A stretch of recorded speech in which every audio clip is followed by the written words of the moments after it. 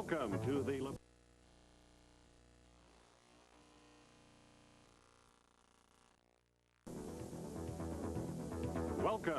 Labatt Manitoba Curling Tour Championships. Tonight's telecast on the Shaw Manitoba Network is coming to you from the St. Anne Curling Club in St. Anne, Manitoba.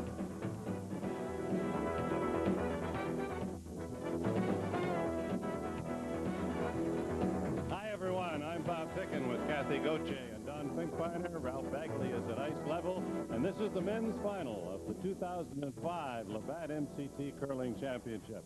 Kathy, we have a combination of experience going in this final tonight. We do. I think if you're a bookie, the odds-on favorite would be James Kirkness. We've seen him do so tremendously well in the Safeway Select over the years.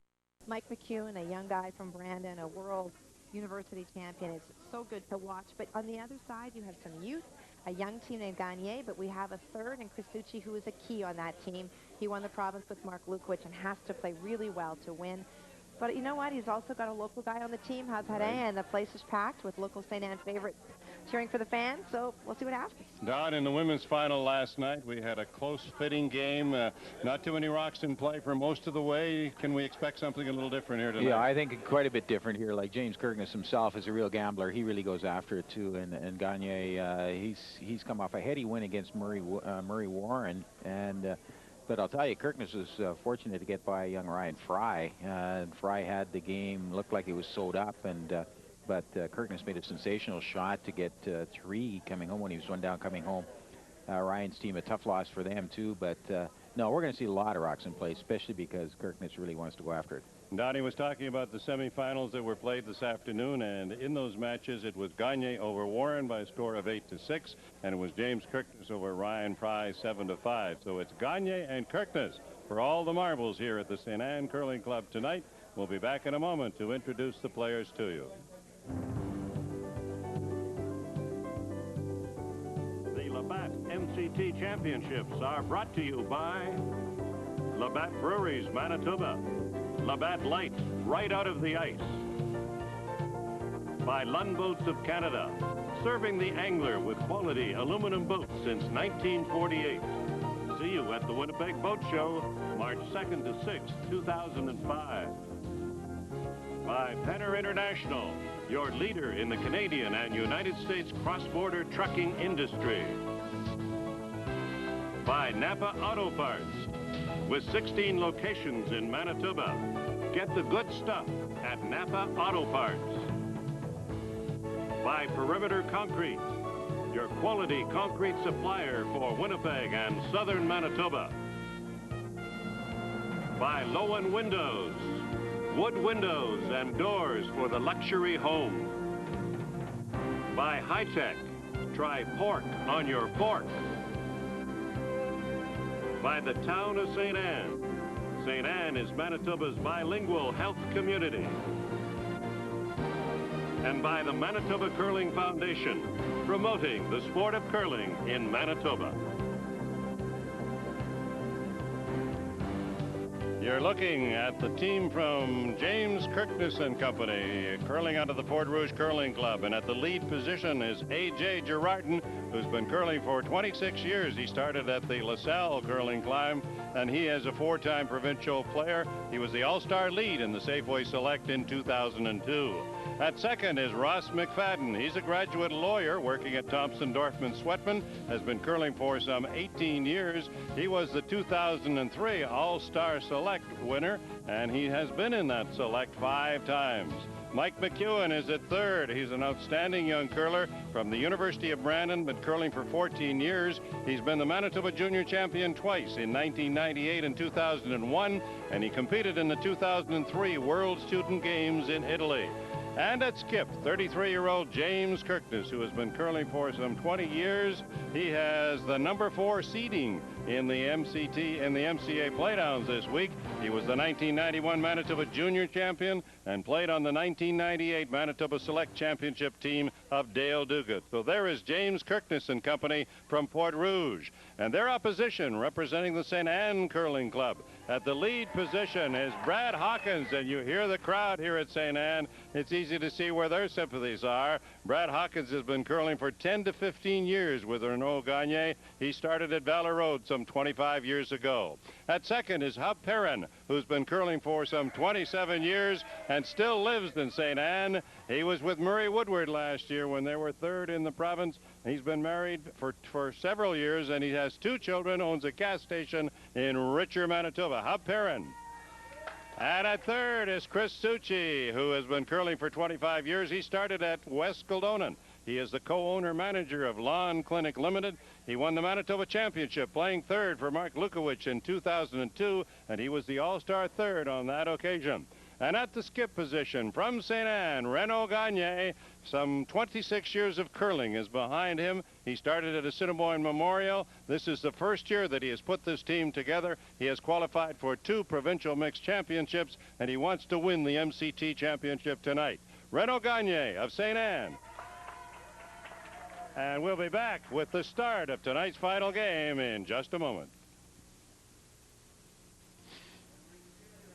Outside of a couple. The Labatt MCT Championships are brought to you by Asham Curling Supplies, featuring the Asham Slam Shoe with the revolutionary rotator sole and 8-ender curling brushes, the choice of champions. By Al Bernier of Remax Performance Realty for rock-solid service. By Southeastern Auto City Insurance Brokers, offering professional service, quality coverage, and competitive premiums to all our valued customers. By Lettingham Pontiac Buick and GMC Penner Chevrolet, your Steinbach GM dealers, Full Throttle. By G&E Homes, your custom home and condominium builder at 116D Park Road West in Steinbach. By Birch Auto Farm Supply, the only locally owned and operated auto parts store in Southeast Manitoba, 30 years in the business. By the Sane Pharmacy. Pharmacy Sane is a counter care pharmacy prepared to make the difference. By Landmark Mechanical Limited, a 3rd generation of plumbing and heating professionals. And by Barkman Concrete. Enjoy the timeless elegance of old world charm with a Barkman concrete patio. You're looking at the St. Anne Curling Club from the far end of the ice surface, looking back toward the 2-story gallery. We are positioned just behind sheet 3, window number 3 on the left up there as we look down on the ice. And our match is about to get underway as Renaud Gagne will be calling for his lead, Brad Hawkins, to play the first stone, and it's on the way. Straight ice to some extent, Donnie. You were analyzing it a little bit earlier. Yeah, if you keep the weight up a bit too, it'll just stay right on the right on that line. Like for instance, right now with the 4-foot line there. But a little bit of curl, maybe, Kathy, about a foot and a half for draw. Not a great deal, but still a little bit of movement. And very, very quick. We see the times going anywhere from 24 to 25 early. That is very quick.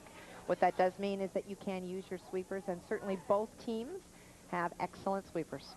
Vic Peters is a 3-time winner of this men's MCT championship, which dates back to 1991-92. Alan Lawn of Hamiota has won it twice. The other men's champions over the years, Jeff Ryan, John Bubbs, Arnold Asham, Dale Duguid, Scott Hamilton, Alan Lyburn, Murray Warren, and Ryan Fry last season. But Fry was knocked out of contention this afternoon, losing to James Kirkness. There's a corner guard up there now, and Gagne will try to put a stone back on the middle, just in front of the rings, as he calls on Brad Hawkins to throw now. Of course, the Gagne family, very well known out of Assiniboine from the early years. Joel, probably the best known so far of the Gagnes, played with Mert Thompson, went to the World Junior Championship. Yeah, Joel. Actually, they were in here, that whole team with Lyle Derry and Mike Friesen. That's right. Skipped by Brent Bramer, I believe, in that, which is nice to see the boys still. They were disappointed in their performance here this week. Sure. Yeah, they didn't curl very well, he said. And however, you know, the zones are upcoming, and a lot of these curlers are pointing toward the the provincial Safeway Select Zone playdowns that begin this week and continue through to Sunday in Winnipeg and in rural Manitoba. Certainly this event couldn't be at a better time for either men or women. For the women, it's 3 weeks away from the Scott Tournament of Hearts, a great opportunity to tune up. And for the men, starting tomorrow, most of them will start their zone playdowns, and what a great chance to throw some rocks and play in a very competitive atmosphere. A.J. Girardin putting a stone out in front. There are two there on either side of the center line, of course. And a corner guard as Renaud Gagne signals now for a bump from his second, Hop Perrin. Now he's going to give him the out turn ice. Now we should see obviously a lot of rocks in play, very aggressive play for both of these teams too. Contrary to the game we did last night in the women's final, the first 3 ends blanked. I don't think we'll see this. Perrin is going to move the redstone out of there. His shooter rolls over, he taps a little bit on his own, and 2 yellows are in front. For Renaud, I think his first thought was maybe they tap it back, but that redstone very, very close to the house. It's early in the game, and without last rock, you want to, you know, pick and choose where you risk. A hit and roll, James Kirkness calling now. And again, for the same reason, that Yellowstone thrown there earlier by AJ, very, very tight to the house. This is the first delivery for Ross McFadden. Just a little outside, and you can see how straight it runs. Very, very straight. And he will lose the shooter on that one.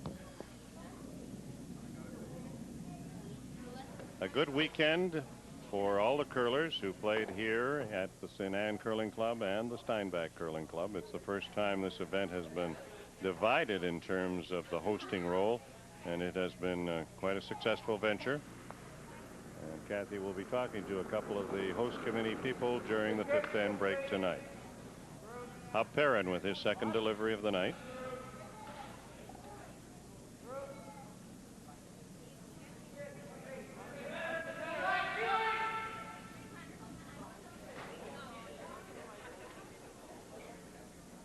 Look at it start to tuck in now as he goes in around the corner and gets into the 8-foot circle. We've talked about the crowds that are here, mostly because of Hub, because he's from St. Anne, and that's one of the beautiful things about the Manitoba Curling Tour. The focus is that events on the tour are from all across the province, and the championship has been hosted by a number of cities, Bob, and it's a great chance to move the event around into different communities. It has been to Swan River, it has been to Dauphin and to Portage, and I know the Swan River people would like to get it back again. A date and time has not been confirmed yet for next year, but that will be in the offing in the next several weeks. McFadden on the out turn. Working to get it by the guard, and there it is. Hit and roll. Certainly played that tight. Very.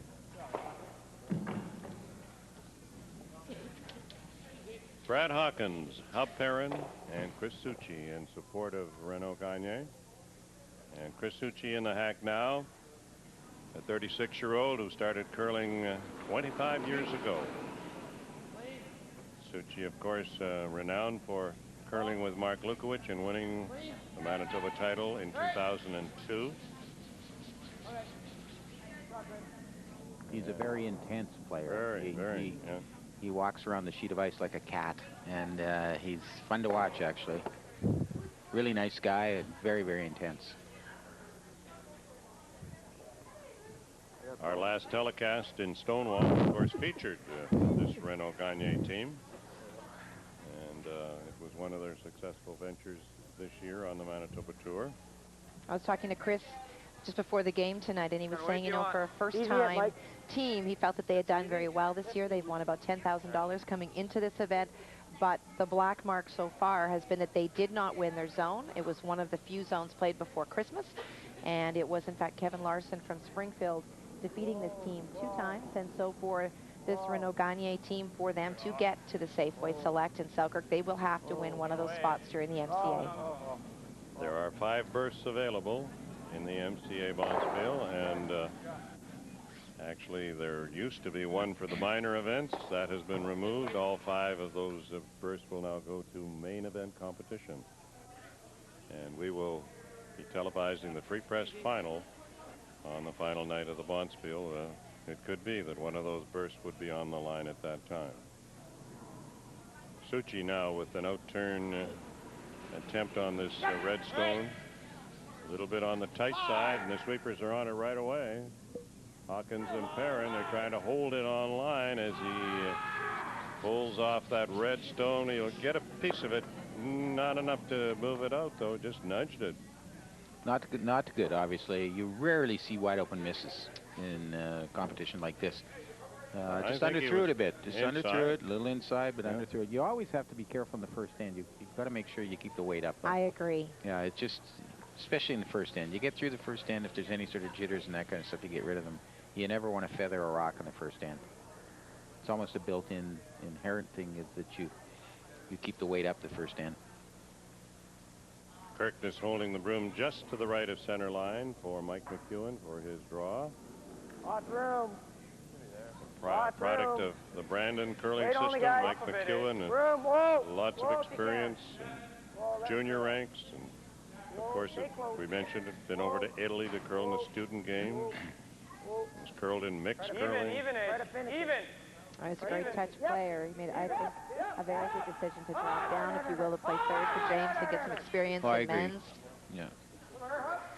James had done the same thing with Yes, Dale, with Dale Duguid, you know, and I think this is and Barry Fry. Yeah, good. Well, two tremendous with Duguid and Fry, two obviously legendary experienced curlers. A really good move. And I agree with you about Mike. He's got a pretty good intensity, almost like a temper on him too, and I think it's a good thing to play at third for a little while. And you know, sometimes they drop down to do this kind of thing, and they end up staying with the team for a long, long time because they become successful. So it's obviously a win situation all around.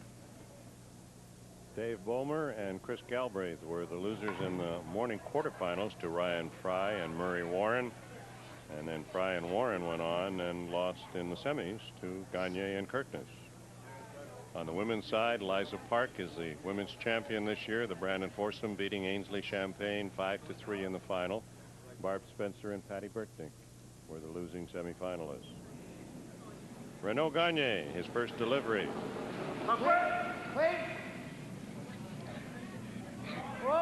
Playing it tight to that guard, that corner. They've got to get it by and possibly roll away. Pretty close to a nose hit. Gagne making a good hit on his first delivery, and he lies one as James Kirkness gets ready to throw. Well, we could get a little bit of flop. Well, they can get a little roll here. Yeah. Actually, make it very, very difficult, forcing Gagne to go after the open shot instead. Give up a deuce. The men's champion receives a $7,000 cash prize, a berth in the Canada West Bonspiel next December, and a playoff against next year's MCT champion for a spot in the 2006 Provincial Safeway Select. So that's a change from former years. In order to get this event into a situation where it is current year representation in the Select, there will be a playoff potentially next year, unless the same team wins twice. Yes, exactly. Yeah, you never know. One of these two teams could do that there. Sure. Got a chance. James Kirkness, his first delivery.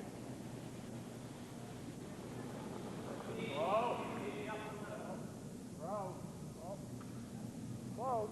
Start, dude. Whoa. No. No. Whoa. No. Whoa. No. Kirkness lies two. So with the hammer, Kirkness and his Fort Rouge foursome in a position to get a jump here on end number one, and Gagne hopes to do something about it. Well, if he can get a hit and roll in behind that yellow rock of his own, right, he can actually just force Kirkness into taking one only, which would be a great escape from this end after the miss of Sushi.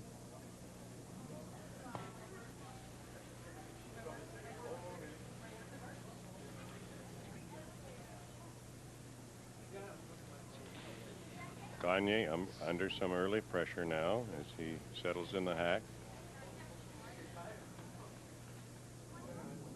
Concentration evident as he comes out with his out-turn release. Whoa! Yep! Whoa! Whoa! Whoa! I don't think he's going to roll too far, but it's moving a little bit now. He does get a roll, yes. Nice shot. Nice shot. Just at the end, it pulled across, and fine stone by Gagne. No, excellent rock. Very, very nice shot. Yeah. As sweepers, you always know that it's very close when they're on again, off How much again. can I see, Roscoe?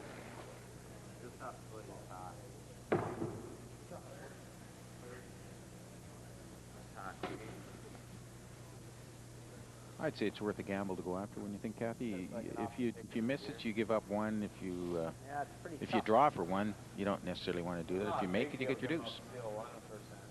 I think he has to figure his percentages of getting the 2. Just to the half. Yeah, well, that's all you can throw is hack weight. That's right. All you can throw is hack weight is what he's saying. Well, you might as well go after it. And with that very theory, I think that they know it's a low percentage shot, but if you make it, it's 2, and if not, it's a point. Yeah, Yahoo. you still, You're only one down. You're one down. You still have the hammer. So the theory, obviously, is fairly obvious when you in curling is when you have last rock, you want to get at least 2. You don't like to just take the 1. No. It's questionable whether if he gets enough of the stone to move it back far enough, in other words, either out of the rings or back deep in the 12, whether his shooter would be able to stick around. So let's see how he does. It's got to be a very precise shot. James Kirkness. He's out there wide. This is going to have to pull. Yeah, a lot of weight. Yeah, you talked about throwing hack. I would suggest that this is more than that. Yeah. Coming over now, and he just sails on by. So the attempt was made by Kirkness to try and get the 2. It failed. He gives up a single point instead. It is 1-0 for Gagne. After 1, we'll be back for the second end in just a moment.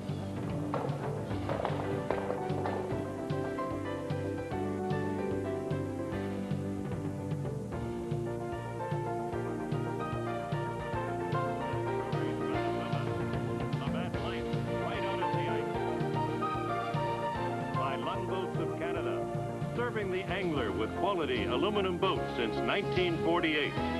See you at the Winnipeg Boat Show, March 2nd to 6th, 2005. By Penner International, your leader in the Canadian and United States cross-border trucking industry. By Napa Auto Parts, with 16 locations in Manitoba. Get the good stuff at Napa Auto Parts. By Perimeter Concrete, your quality concrete supplier for Winnipeg and southern Manitoba. By Lowen Windows, wood windows and doors for the luxury home. By High Tech, try pork on your fork. By the town of St. Anne. St. Anne is Manitoba's bilingual health community. And by the Manitoba Curling Foundation, promoting the sport of curling in Manitoba. In the hack for Renaud Gagne is Brad Hawkins.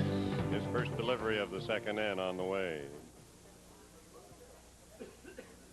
Hawkins is married with 3 children. He's a brake operator for Nordsen Metal, and as we mentioned in the introduction, he's been curling with Renaud Gagne for 10 to 15 years off and on. But he's a little bit warm with this first delivery on end number 2. And this one is going to go sailing right to the back of the house, and James Kirkness gets on it. Should go through, but maybe just... Did its hanger hang around for a bite? Oh, just... Yeah, just. But not a good shot. He wanted to play it up front. So James now calls for his lead, A.J. Girardin. Play a corner. Oh, take a look. A.J. is a 4-time provincial competitor. He was the All-Star lead back in 2002 in the Safeway Select. He's a field service rep for Phillips Medical, and he also is 42 years of age, so he is the eldest curler out on the ice tonight. I'm sure he's happy with that. Well, Brad Hawkins is close at 41. How about the youngest guy? Who will that be? That's probably Mike. That's Mike McEwen at Yeah, 24. Yeah. Hawkins throwing. Trying for the center line guard.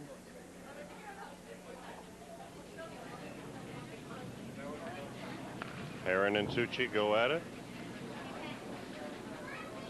Couple of cue balls there sweeping. You bet. I don't want to be going to sleep angry with those guys. You wake up without any hair. Very good looking sweepers too. They really pound away in. Girardin with his second delivery.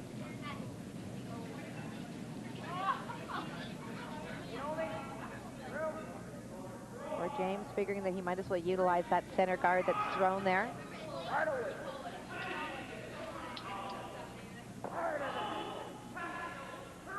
And watch those rocks run along the tape, and it's when they come off the tape that they actually break. Just a little bit short, though, for AJ.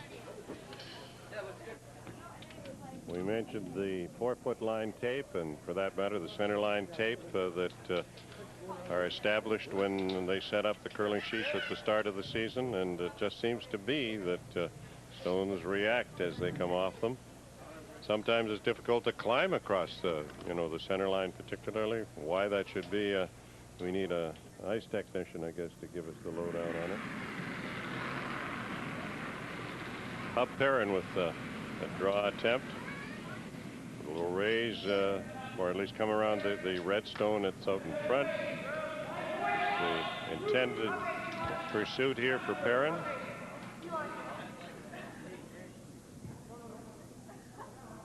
Bending a little bit as it dies. And Hawkins that's watches a fine it shot. come right Takes into the a while.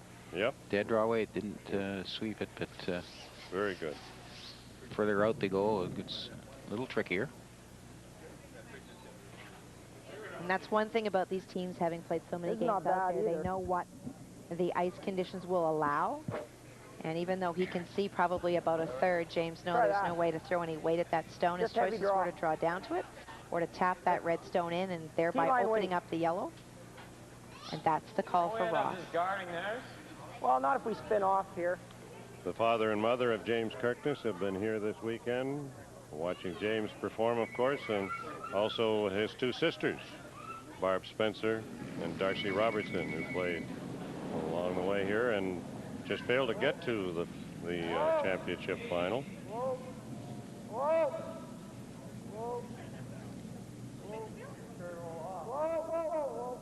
Whoa. Get them. Hard. Hard.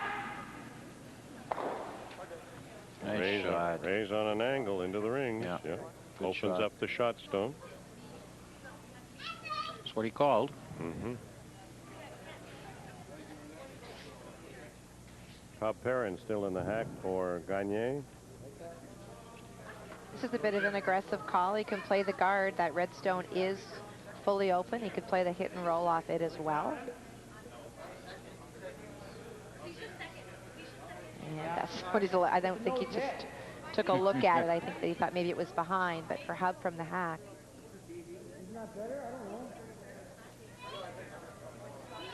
And there is no question that Hub's strength is the hit game. Renaud has told me that he relies to a great extent on the experience of people like Suchi and Perrin, who have been through the mill on the curling scene. And that's really important, Bob. I think that it doesn't make you a weaker player to say that you look to others for thoughts and advice, because there's nothing that can replace experience. You have to live through something sometimes to learn. Sure. Perrin makes the hit, and Gagne lies too. He wanted to hit and roll here. Like, this isn't that great in a way, because now Kirkness makes a hit and roll in here. He's got a double guard.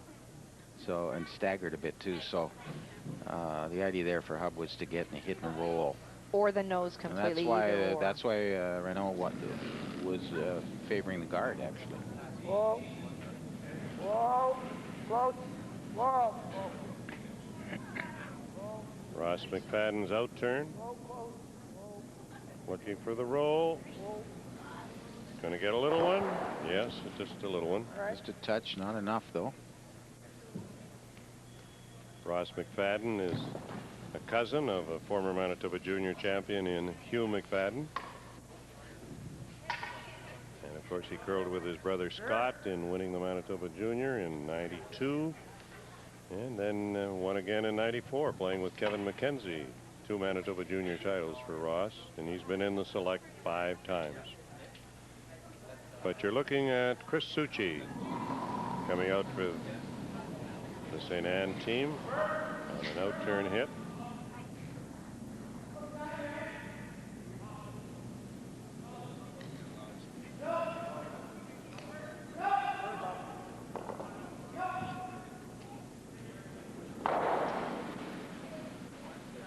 Suchi will lose his shooter. James brushing it out of there.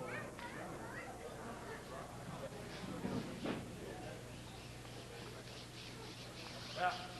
Pull over in the corner. Yeah, it's going to be tough. Bite?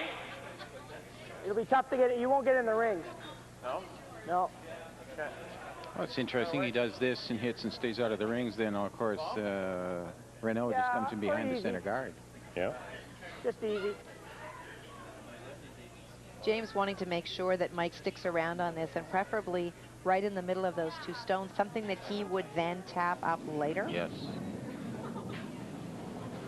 Mike McEwen is in his last year in pursuit of a Bachelor of Science degree at Brandon University.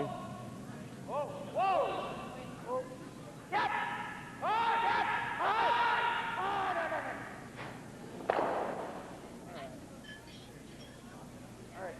Good hit and rolls, but is not in play. I should say not in the rings. He also kept it off that little nibbler down there at the back of the rings.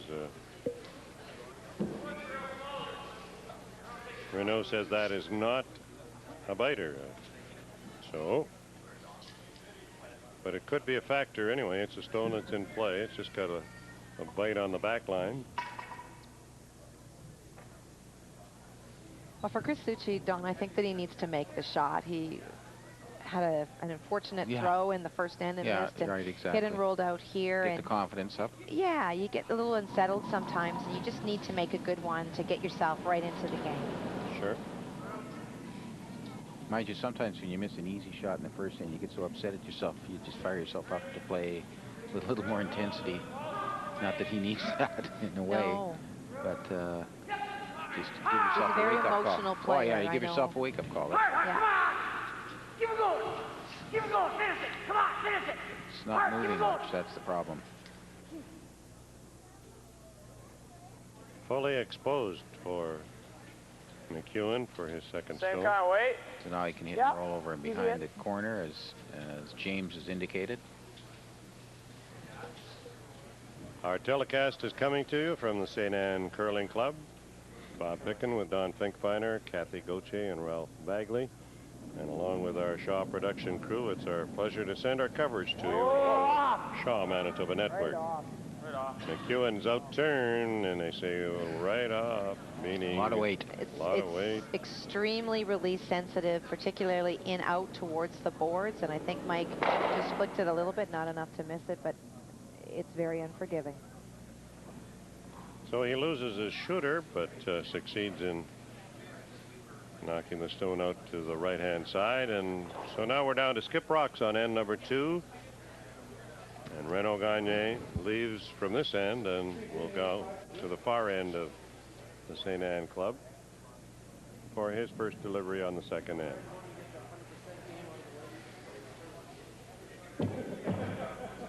Suchi doing a little bit of house cleaning up there, and he's always moving around the house. He's the cat. Yeah, nervous energy to say the least. Yeah. No matter how cold it is out in the curling ice, he develops Always a sweat. warm.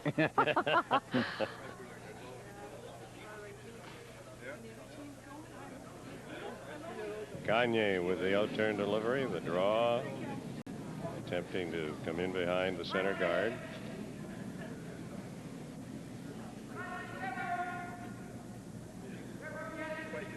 On the left side of your screen, you see those legs belonging to AJ, something that we've got pretty used to seeing him do. Often will follow the opponent's rocks down, trying to make sure that he's got a feel with his eyes and with his clock about what the draw looks like. As a sweeper, you need numbers, but you also need to see what a draw is like to judge better. He's got the stopwatch out all the time. A.J. Girardin. Yeah, I mean, he's only taking here for the draw. Yeah, it's going to run dead straight. Can we throw a little last bumper?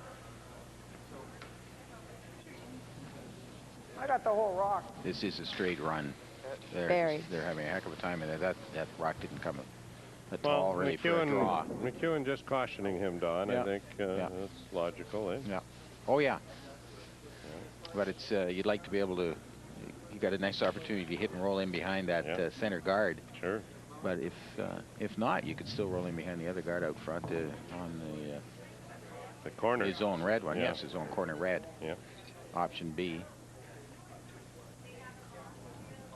33-year-old James Kirkness with his out-turn delivery. Whoa. How much? Whoa. Whoa.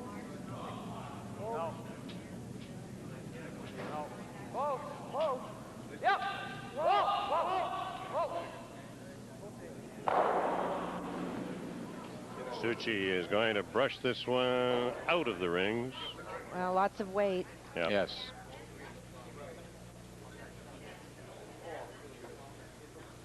Both teams struggling a little bit with this sheet of ice, getting used to it.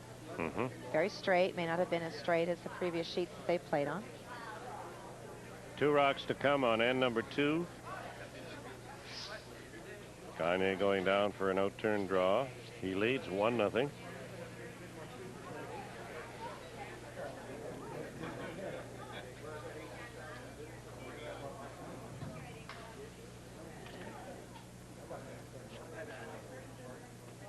James Kirkness has curled for a number of years in a number of different clubs. He started as a product of Assiniboine Memorial. Started curling there about 20 years ago. Now he represents Port Rouge. He represented Ballard Road when he won the Manitoba Junior 13 years ago and the gold medal in the Canada Winter Games. Gagne with his out-turn draw. It's hanging down the 4-foot line. Now it's starting to bend a little bit.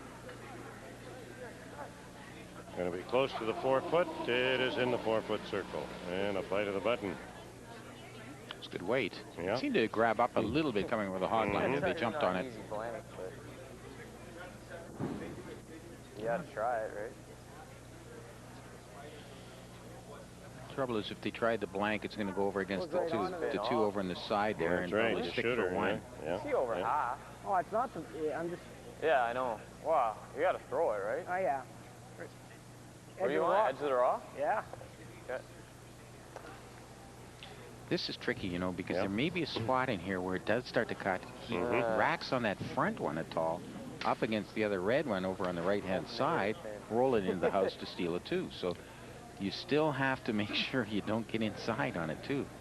Very, very tough shot, actually. Well, I think he's going to be throwing quite a bit of weight, but the problem with the shot is that to play the blank, the natural is to go onto the 2 stones that are out of play on the boards. Exactly. But he does have to throw at it. That's all there is to it. He has no choice. Well, he's coming. Lots of weight. See it back off?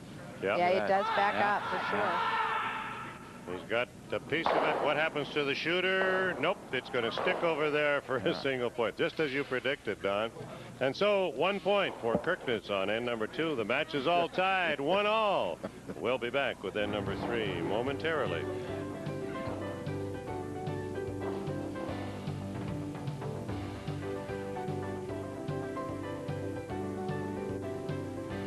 The Labatt MCT Championships are brought to you by Asham Curling Supplies, featuring the Asham Slam Shoe with the revolutionary rotator sole, and 8-ender curling brushes, the choice of champions. By Al Bernier of Remax Performance Realty for rock-solid service.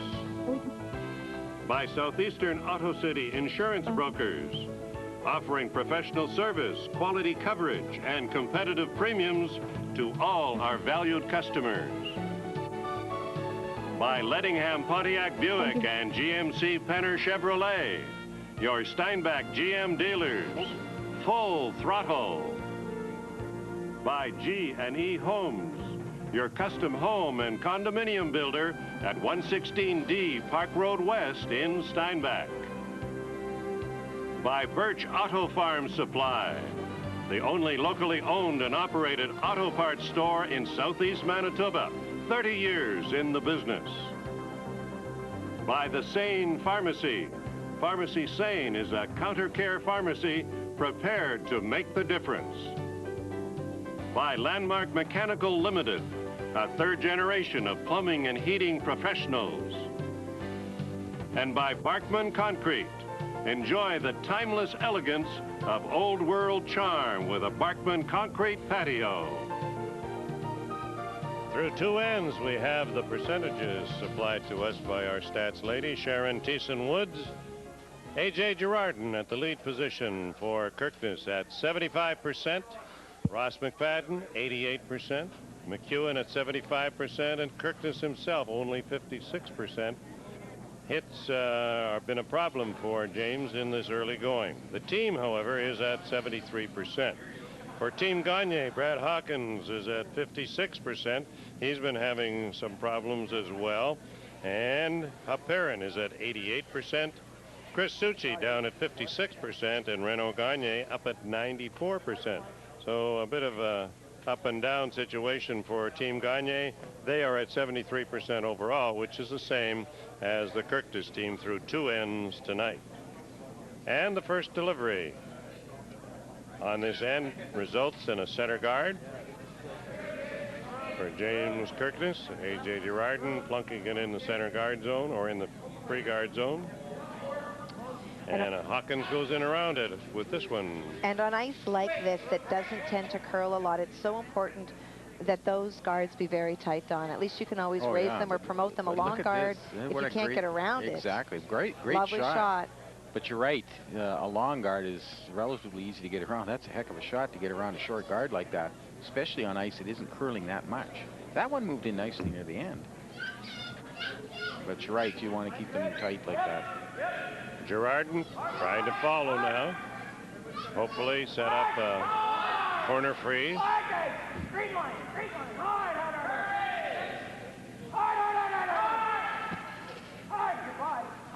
They really work on it, and they get it by.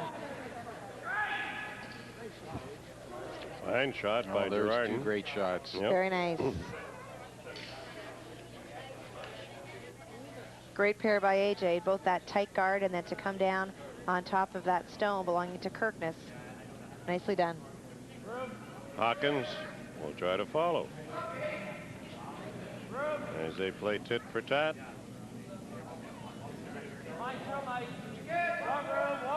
He's got a little more room as he comes up over the hog line, but it starts to bend across. And an interesting pattern starts to form some great down there. shots by the front end, by the leads. That's pretty sensational throwing right there. Ross McFadden's turn. I think so, yeah.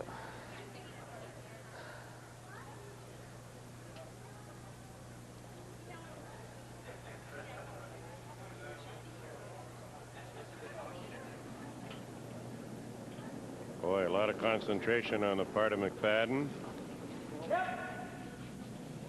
Well, for Ross to be on top of this, at some point they'll tap it back just a little bit to allow themselves to be shot, but they're hoping to have the angles change so that when that does happen, Kirkness will not be able to do the same thing. Little more room going by the guard. He bumps up against the Yellowstone. The angles are what tell the story in this situation. I think if you hit that front one, though, you wind up losing the yellow one at the back, and things would really scramble around. Oh, it's such a bad angle. I don't know if it would do any good, eh? Well. Well, he's calling for a bump with Hup Perrin. Gagne looking to move those stones around just a little bit. Needs to get to the inside of the 4-foot line. Starting to come now, Kathy. But Stayed out. yeah. That's actually not bad. Yeah.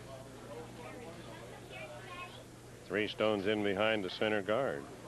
Here's just had the curl more. Yeah. Well, there's an interesting call. Oh, We got yeah, hit. it's not Get bad. off the Ah, outside stone, yeah. rolling in. What, half? yeah. And it could roll back up too if he gets. Firm regular. Depends on kind of weight he throws here. Don't need less ice, James. We want to hit half.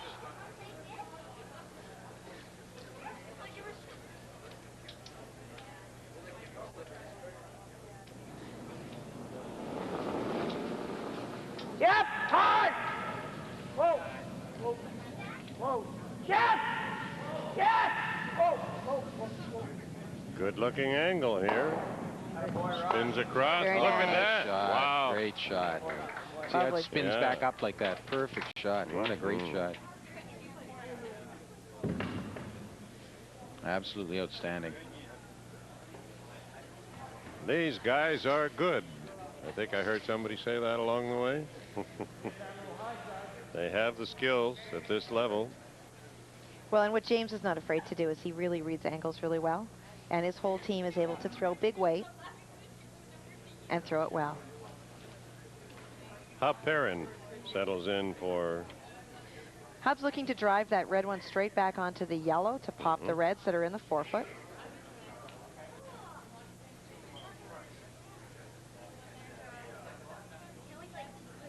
Crowd in the building would love him to make this shot. I'll bet. Hometown rink, we would say in the old days. Hometown team now. And Perrin is not too far away. He's going to get some movement back there. Yellow went out and a red went out. But it left one red counting. Still leaves that yellow up front. Yeah. It's a good guard. How did that happen? Is there 2 reds behind there or just the one now?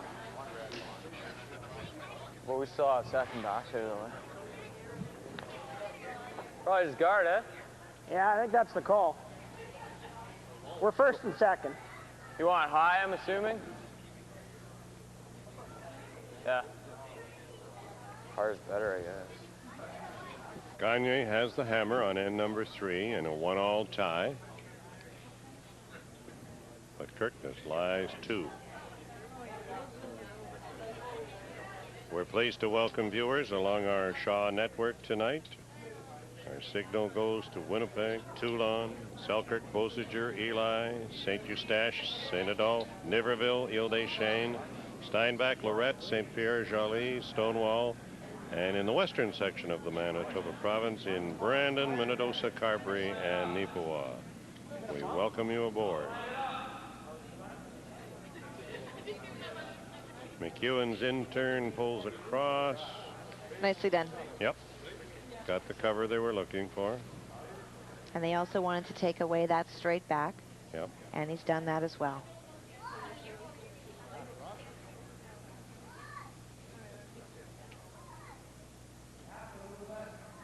Chris Succi will be throwing now. Looking for the double peel and the angle that he needs to hit that on.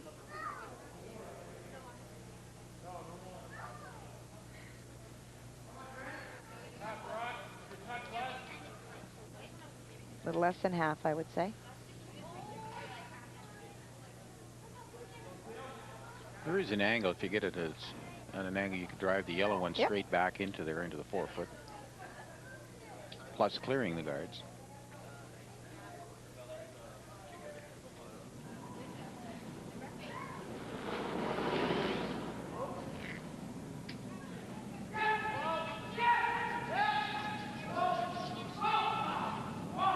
Could be far off. Yep. No, just need to come up a little more. Move the yellow into Still the not bad. rings.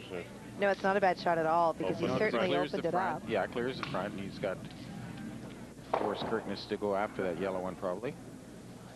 Well, for James, he's lying 1 and 2, but you have to start to be a little bit worried about the Yellowstones building up in the house. They're second, eh?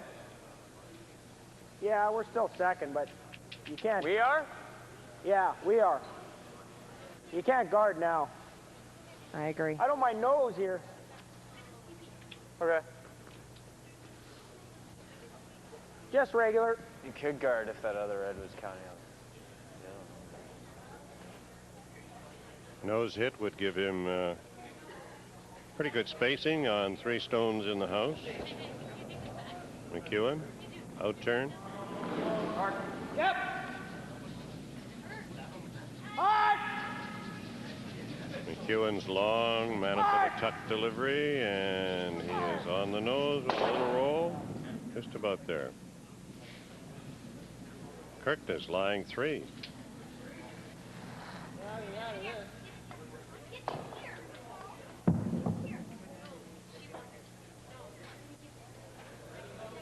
Gagne, however, with the hammer. And looking at his options right now. Might even get lucky. Might even get lucky with all 3 of them, you know. About a quarter. Yeah, good. I don't know if I quite agree with a quarter. What he's hoping to do is to hit the rock on the left in the 8-foot, make the double, and he's saying if Chris is fortunate, he may also get the other rock in the 8-foot. You mean go across behind the shot? He's talking about making the double, and if he's fortunate enough to make the triple as it comes across. Right. It's there. It's knowing where to hit it exactly is the problem. Lots of weight. Oh, and it's starting to bend. Pretty good looking angle for 1, but not 2. No. But he rolls into the 4-foot. Makes it somewhat awkward for Kirkness. Yep.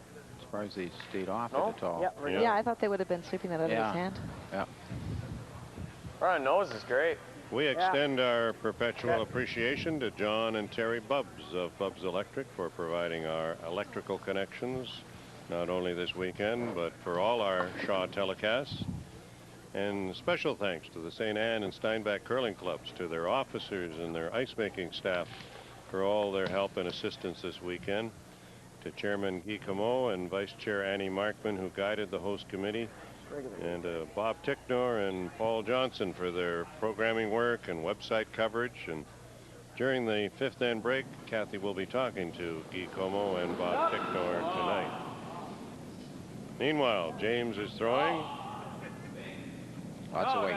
Lots of weight. He's got a good chunk of the yellow stone onto the back one, spins it out of there, and is left with 4 counters. Good count. Good shot, but to show you how much weight he had, he almost drove that straight on the nose, and it still exactly, had the momentum to go out. Yeah, just shade off the nose, you're right, otherwise,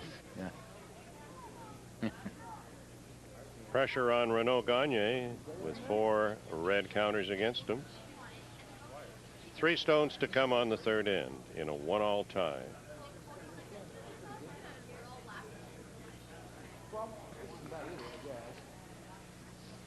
This is where he certainly can't afford any miscue.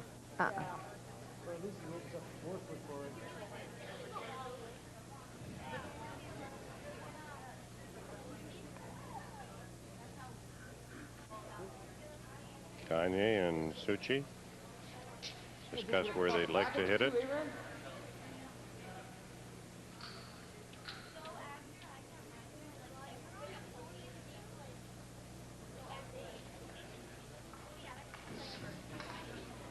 The major connection for this team to the St. Anne Curling Club is through second Hub Perrin, who lives in this area, owns a service station at Richer, Manitoba,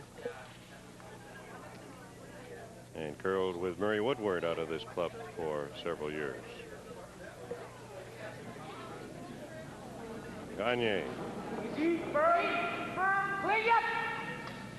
Whoa, yep. Whoa. Whoa. Yep. A hit and a bit of a roll. Yep, he's a nice little pocket in there. That's a good shot. It's a nice shot. Yeah, it's a very nice good shot. James has to just hit the red one on the left-hand side. I think Yep. it's about all he's That going would to do. spill it, yeah. That's all he's got. Yeah. Nah, you gotta hit this Yeah, you hit him out, one. Right here, Jim? You're probably going to lose it with weight. Yeah.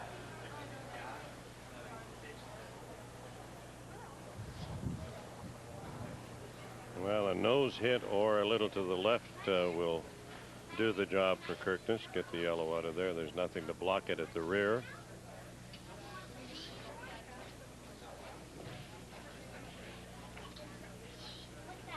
Kirkness settling in as McFadden and Girardin get ready to do the sweeping.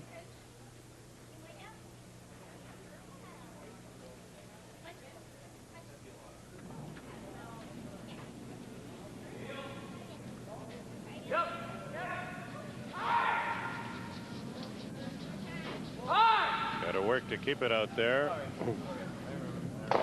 And they're going to lose the shooter and another one.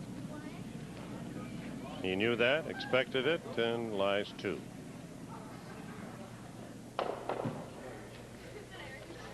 Draw shot for Gagne, needed. Cut out those two red counters. Both Gagne and Kirkness qualified out of A section. And then come on and won their semifinal matches this afternoon. So they have won 4 in a row, both of them, going into tonight's match.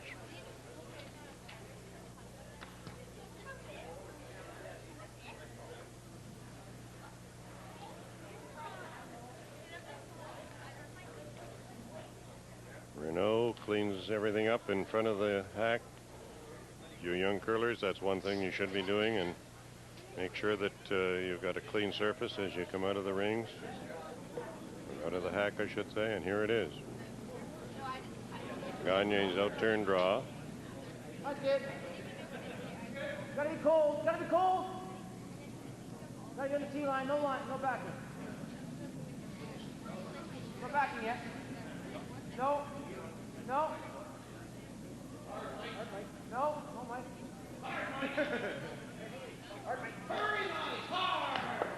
And he's okay.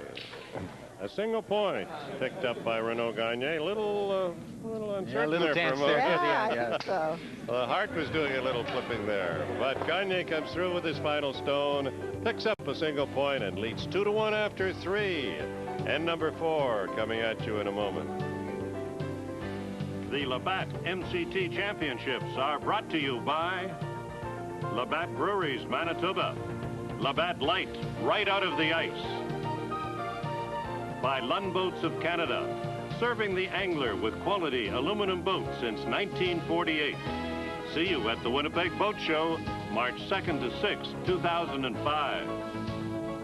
By Penner International, your leader in the Canadian and United States cross-border trucking industry. By Napa Auto Parts, with 16 locations in Manitoba. Get the good stuff at Napa Auto Parts. By Perimeter Concrete, your quality concrete supplier for Winnipeg and southern Manitoba. By Lowen Windows, wood windows and doors for the luxury home. By High Tech, try pork on your fork. By the town of St. Anne. St. Anne is Manitoba's bilingual health community. And by the Manitoba Curling Foundation, promoting the sport of curling in Manitoba. Next up on the Manitoba curling schedule is the Brandon Masters Bonspiel. That goes Tuesday and Wednesday this week in the Wheat City. And it's followed by the MCA Women's Bonspiel that runs from Friday to Sunday. Our cameras will be at the Heather Curling Club for the Ashamead Enderbrush's major event final of the competitive division of the MCA Bonspiel, and that will start at 4:30 on Sunday, January the 16th. As usual, we'll also televise the free press final of the MCA Men's Bonspiel, and that will go at 8 o'clock on Wednesday, January 26th at the Granite Curling Club in Winnipeg. First stone delivered by Hawkins into the 12-foot circle at the front. And James will call on A.J. Girardin to play a corner guard.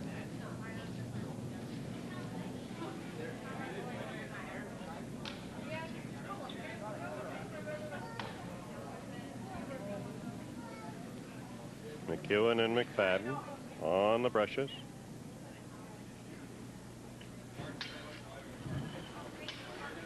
Very straight. He'd rather have it a little further over than that. That's why Mike is working at that. Yeah. Doesn't want to leave anything resembling a center guard. Yeah, exactly. Right. They'd rather have it over on the, at least fully on that 4-foot line over there, but not this close to the center.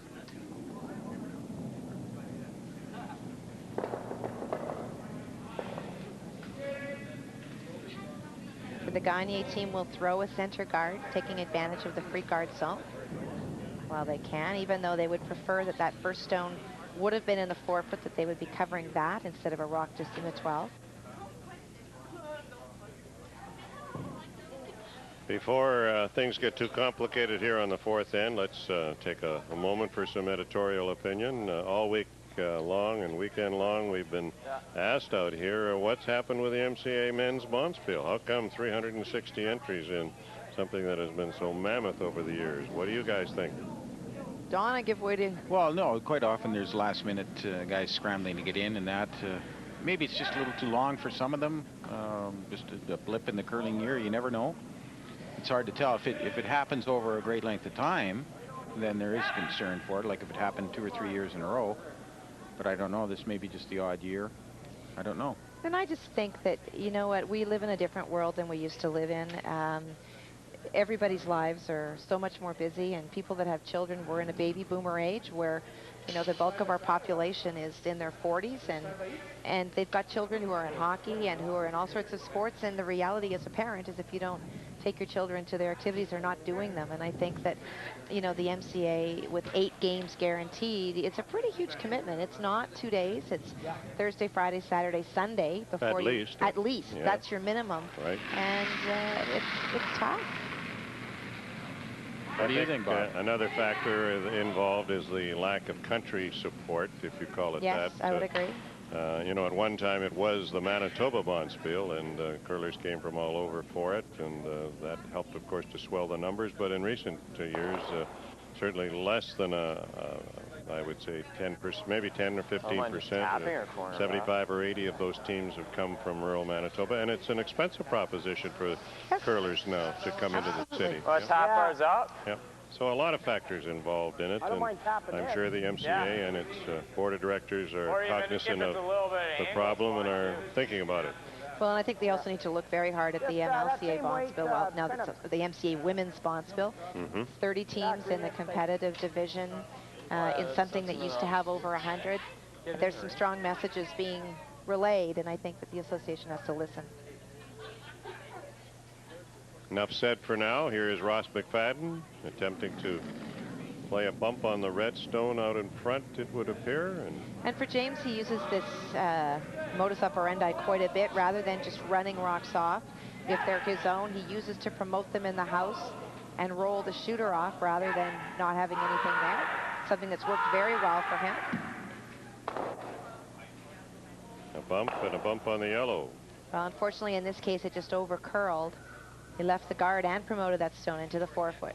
Yeah, it was a good, you're right. It was a good idea. It gets a little less of the top rock, and it moves it off to the side, moves it out of the way, and it opens up the. He's got two counters in there, plus opening up the yellow one. But now you're right. Cut a little too much. Got him in a little danger. But you're right. It's interesting how he plays develops the end that way.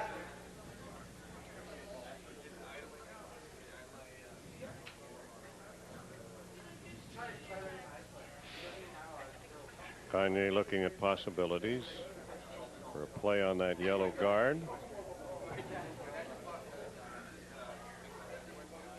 I'm sure he doesn't want to hit it at a real angle and open up the front. With 2 second stones in there for Kirkness. Perrin's in turn draw. Trying to tap the yellow stone in front. Looks like he's in a good position to get the right angle. Whoa, whoa, whoa, wait a minute, wait a minute. It's going to curl enough. He taps it up into the house. That's a good shot. Yeah, gets That it worked in out for very well. second shot. Run it back in here. We'll take our chances. Yeah, straight back or just off nose or something. Yeah. Firm Soft weight, nose. Ross. Straight back's good too, Ross. Driving the stone straight back, you can see where they're taking ice. That's where the rock will be. It does not move with any sort of weight. Yeah, he's not trying to clear it. He wants to drive it straight back in there. As he said, take their chances. Might be a little wide. Hold on, everyone. Well, a lot of weight, and he pushed it right through the hole. Wow. Try and do that again, Ross. Jeez. Tough shot. It just backed up in the last 10, 15 Well, he had a lot of feet. weight. Yeah, a lot of he weight did. on it, He too. did. The one positive thing, I suppose, is at least he got rid of his guard. Yeah. Moved it out of the way a bit.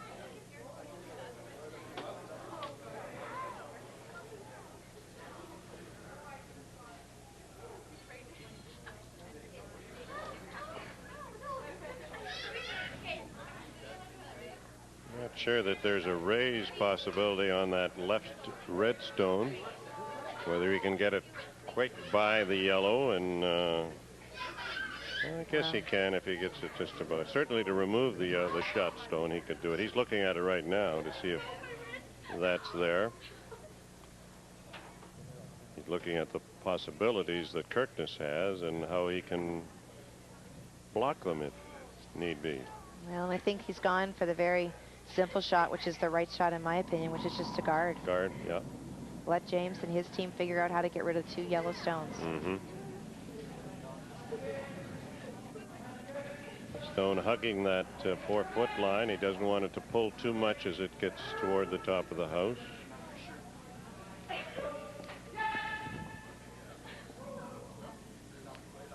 Hawkins and Perrin dusting it up just a bit. Good shot. Very nice. Started to move a little bit near the end, but nicely placed. Now the question, can that left side red rock be raised past the yellow and onto the... You ever could dead nut it and make the double and just keep their yellow here? Yeah. I don't think there's anything else. We'd almost like 2 out of it. Yeah, I see that. Yellow onto yellow onto yellow. Yeah. Yeah, the red But one off to the you left hit is it this way. very risky. Yeah. You miss that. You and know, you- Well, we got to clear something up. I mean, if I ever did hit into the crotch, at least it would spin off. Yeah. Throw peel. You know it's going to run straight here, right? The only thing I don't want to do is probably, well, yeah, nose or just off nose. Yeah. Like off nose tight. But, all right. Conversation between Mike McEwen and his skip, James Kirkness. No question what they want to do. The question is where they want to hit it. They want to drive it straight back. Mike thinking it's not so bad if he hits it right in the middle of the red and the yellow. James ideally wanting him to drive it straight on the nose, make the double, and leave that other yellow stone there. Red would be lying 2. Right.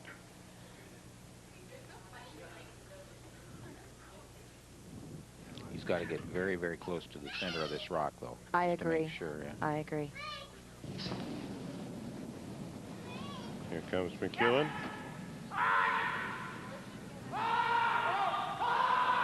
Good running weight. How close is he going to be? Nope, he hit the red one.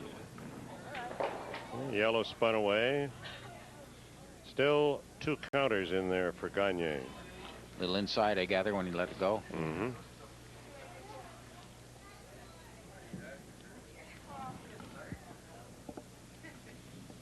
Now Renaud goes out and takes a look at that front combination to see if it can produce anything against him. I think he's just going to play that guard again. Yeah, the guard puts him in pretty good shape. Yeah.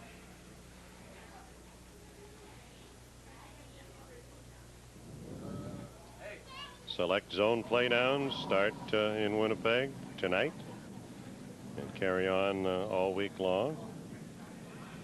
Kirkness will be involved, but Gagne will not. His team already played in the zone and did not win the zone out here. Kevin Larson of Springfield won their zone. Suchi has a pretty good looking guard. Yeah, well placed. Yep.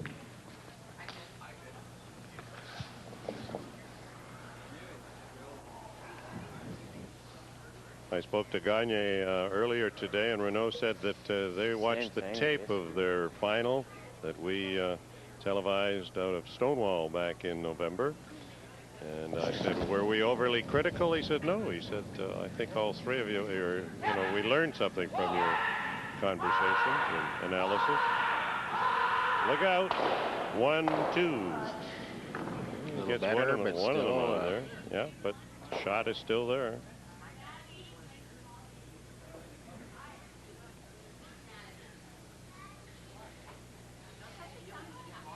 Well, I agree that he has to come in now because of that red corner guard. That's a relatively easy shot for James to run that back. Doesn't want to give up two, and the best way to come against that is to get in for second shot.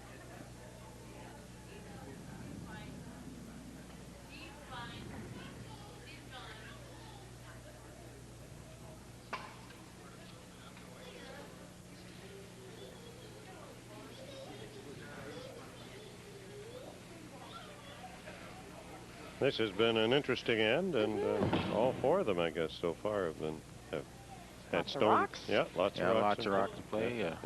We talked about that with our game last night, the big difference between men and women. Women tending to start very conservative and wait for a couple of ends. And as you say, Don, the field is so tight with men's teams, they can't afford to waste a whole lot of time. They just go after them right away. Yeah, they've got, you get burned if you don't. There's so many good teams out there, and the good ones have learned that they just have to be aggressive, and you have to have the finesse. You got to be able to play all the great shots. And well, if you look at Wayne Madaw in his heyday, he would finish off teams in the first 4 or 5 ends. He rarely ever played even 8. Yeah. Uh-oh, this one is pulling a bit more than they expected. Well, I think it picked out of his hand. Yeah. Right across to the center center line, and he's going to open it up, I'm afraid. Oh, no. Boy. It's a tough break. That's a really unfortunate break. Well, Just pulled right across, and he now opens up the possibility of a deuce for Kirkness. Maybe even more. The problem is you go here, you're just giving him that roll. Yeah. I think we got to try for this, don't we? Yeah, I don't mind that shot. It's just, you know how straight it is here, right? Well, I mean, we make the roll here, yeah, we're looking fine. But if we only make a half roll, and he rolls behind this wall. Yeah. I mean, even when he knows it, he's got a tough roll. Yeah. I don't know. I mean, there's a bit of room. I'm just worried about only getting a half roll here. Well, you got to either play one or the other. The other danger with rolling. A lot of the gallery upstairs watching the action. Right. One guy watching an NFL game off to the right there. We've got to be careful. That's the ice maker. It's Don. Okay, there he goes. He's back in the game now. Real curly fan. Come back, Don.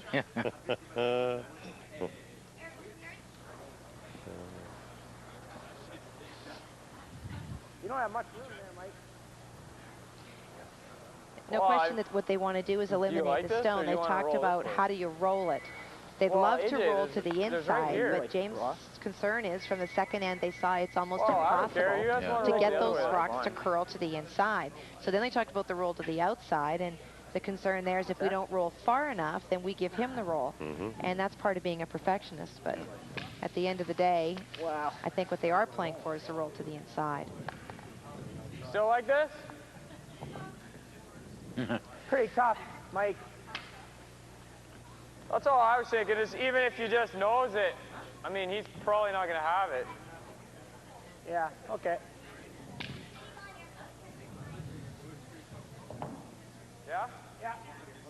And still the indecision, and it's important for Mike McEwen to know ideally what James wants because he has to call. When Mike says, do you still like this? It's McEwen's indicating that he doesn't. You're right. No. That's pretty funny. It's the way they say things. He's going to roll, I think, to the left side.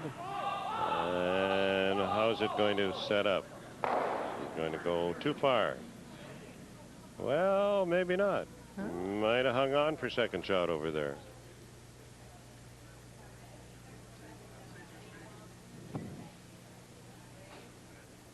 We're playing on the fourth end. This is the men's final of the Labatt MCT Championship coming to you from St. Anne. It's 2-1. Renaud Gagne holding that slight lead with 2 rocks to come on end number 4.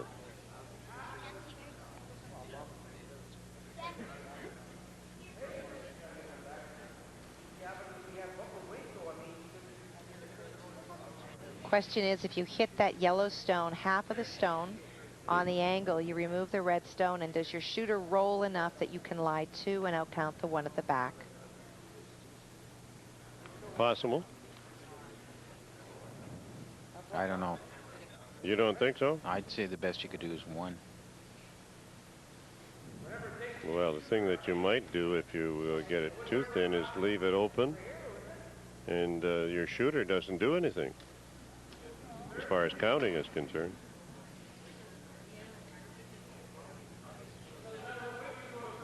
I think in a 2-1 game, you have to hit it for sure. Yes. Yeah.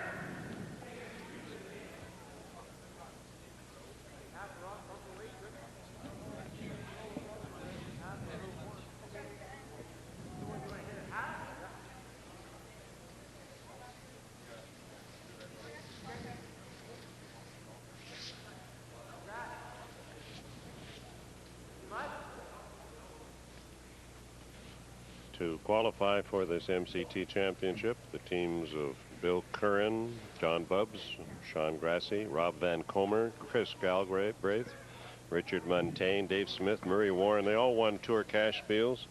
So did Janet Harvey, Liza Park, Christy Genion, Barb Spencer, Patty Burtnick in the women's. And all the other teams got here by their earnings on the tour through 19 events this season. Gagne set now for his final delivery on end number 4. Trying to ram the yellow onto the red and hopefully get a result. Stone hanging just to the left of center. It's got a pull. Here it comes. He's Well, playing he gets the it pin over. option. Look at this. He's going to go. His shooter. That's a great call by Chris Ritchie. Oh, boy. That is a great call. Oh. That's option B, just a little bit straight. Yeah. Great heads-up call, and that's where your experience at the third pays you're off right in there. spades. What a super shot. Good call. Those possibilities are always there. You know, those are the secondary things that sometimes can develop. Well, all curlers have to be aware of those. It's the nature of the game. Crowd loved it. You bet. Gagne lying 2, and now Kirkness gets ready to throw the hammer. He needs to get close to the 8-foot circle with this draw to score 1.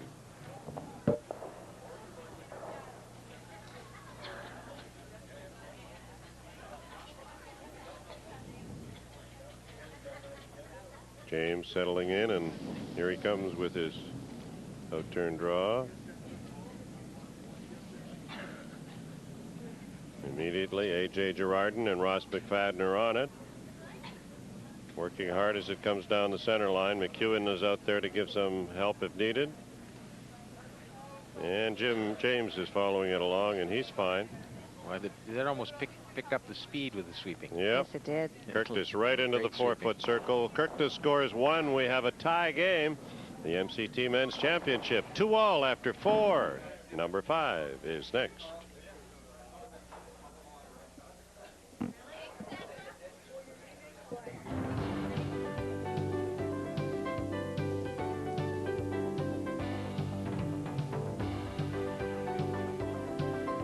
The Labatt MCT Championships are brought to you by Asham Curling Supplies, featuring the Asham Slam Shoe with the revolutionary rotator sole and 8-ender curling brushes, the choice of champions. By Al Bernier of Remax Performance Realty for rock-solid service. By Southeastern Auto City Insurance Brokers, offering professional service, quality coverage, and competitive premiums to our valued customers. By Lettingham Pontiac Buick and GMC Penner Chevrolet, your Steinbach GM dealers. Full throttle. By G&E Homes, your custom home and condominium builder at 116D Park Road West in Steinbach. By Birch Auto Farm Supply, the only locally owned and operated auto parts store in southeast Manitoba, 30 years in the business. By the Sane Pharmacy. Pharmacy Sane is a counter care pharmacy prepared to make the difference. By Landmark Mechanical Limited, a third generation of plumbing and heating professionals. And by Barkman Concrete. Enjoy the timeless elegance of old world charm with a Barkman Concrete patio. A 2-all tie after 4 ends here at the St. Anne Curling Club tonight. And in terms of percentage, A.J. Girardin now at 88%. He went up from 75 the last 2 ends. Ross McFadden at 69. Mike McEwen, 75%. James Kirkness, 78. And Team Kirkness is at 77% through 4 ends. Their opposition, Brad Hawkins, now at 78%, and that's up from where he was after 4. Hup Perrin, 81%, is down somewhat. Chris Succi at 72%, he is up, and Renaud Gagne has slipped a little bit down to 84%. Team Gagne at 79 to Team Kirkness 77, and it's very close on the scoreboard as well in a 2-2 tie. 1 stone in play in the center of the sheet, the red stone there, and Hawkins will try to go around it as he did a couple of ends back. Succi and Perrin watch it. Looked like he might have picked something just a little bit, but the stone is still sliding along nicely. Watch behind the sweepers. You're starting to see little white marks in the ice, which means it's getting a little bit soft. There's no question we can see right behind the sheet. There's lots of foot marks. And what that means is that the temperature can be changing. I see the ice maker out on the ice. And this was his concern in this game tonight, because there is now a hockey game going on in the arena. The brine runs through the hockey side first before it even gets here. And he's gone to check things out, because we saw a pick in the last stand on Renaud's first. And now we're seeing some definite softening of the ice. Something that they definitely have to keep an eye on, that's for sure. Good observation, Kathy. We'll see what transpires in the next end or two. They're on number 5. Can you ever see the spots? You're right. Sure can. Girardin's in-turn draw going around the front. Back toward the Yellowstone at the rear of the 4-foot. It's in nicely. Nice shot again. These teams tonight hoping to join a cast of notables that have prevailed and won this championship over the years. Vic Peters, a 3-time winner. Alan Lawn of Hamiota has won it twice. Jeff Ryan, John Bubbs, Arnold Asham, Dale Duguid, Scott Hamilton, Alan Liburn, Murray Warren, and then Ryan Fry last season. Hawkins are around the front again. Very nice. This is deja vu from very nice. Very nice. Third end. That's what we're talking about earlier. You can see those footprints. That comes off the curler's shoes, particularly the gripper side. That's the side that doesn't have the slider on it, and so when your feet tend to sweat, it starts to stick to the ice when the ice goes soft. Well, they'll have to maybe add a degree or 2 to the brine temperature if they can. Try to hold this ice as it moves along. Ross McFadden with an in-turn attempt to follow.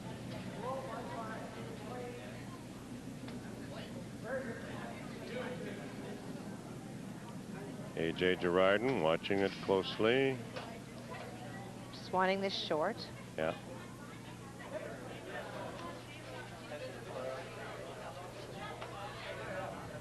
Good shot. Mm-hmm.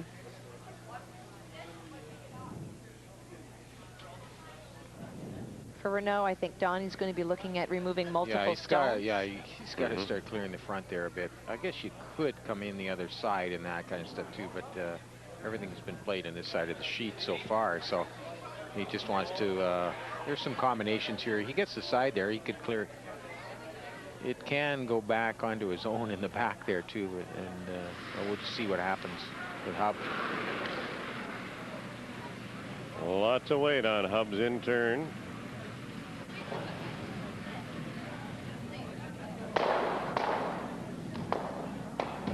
He scrambled it up pretty good. Well, that's what he... The front is open. And as you check the house, there is one yellow counter.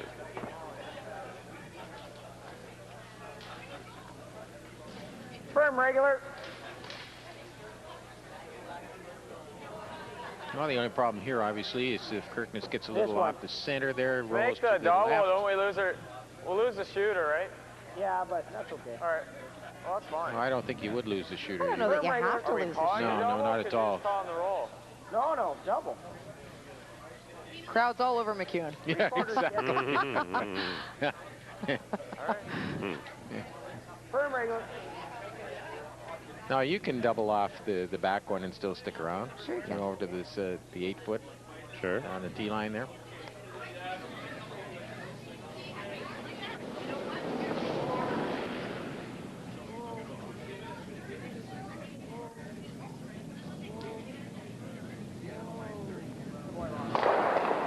Look at that. He needed to come up a little bit more to be able to make that. A little bit more.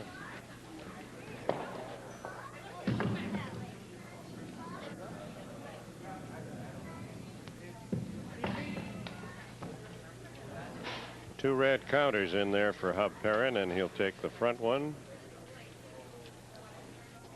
Try and jam it back onto the red shot stone.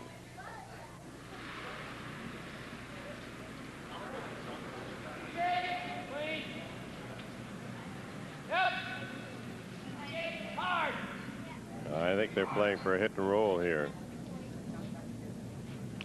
It's quiet weight. Yeah. Very quiet weight. It rolls right across to the left-hand side of the house.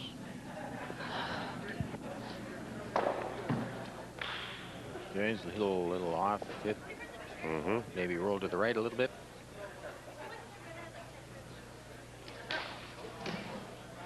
Little roll's not bad. Gagne has the hammer on end number 5.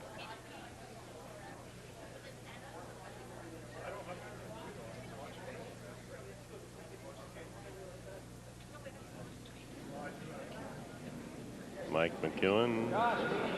Yes! Oh, he's maybe a little on the inside. That stone's got to back up to be successful for him, but it is. To move out of his hand, Yeah, actually. yeah, but he's going to get a roll over across Well, against that's not his own. exactly what he wanted. No. No. That seemed to move in his hand. I don't know. I just... I think he was a little bit tight. They were able to keep it very straight thanks to great brushing, but that was he going out looked of his like he was hand. well inside on that, actually, when he let it go. Now, some great brushing by AJ and Ross for sure on that one. That's very similar to the spot that Chris Sushi missed the wide open hit in the first end just by underthrowing it. Yeah. I think sometimes the players know that it's just so straight, but the straightness seems to be coming home in the even ends, not as much going away. This one's just outside the board. Oh, we got a double to light too here.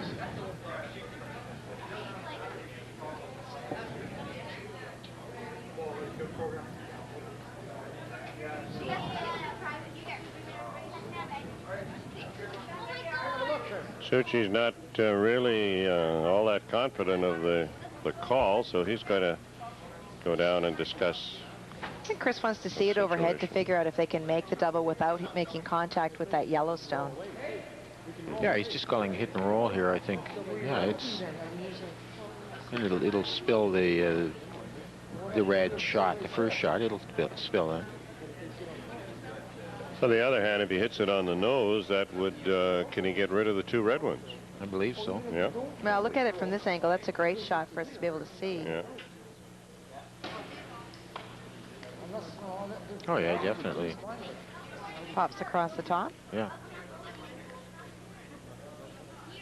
Yeah. Mm-hmm.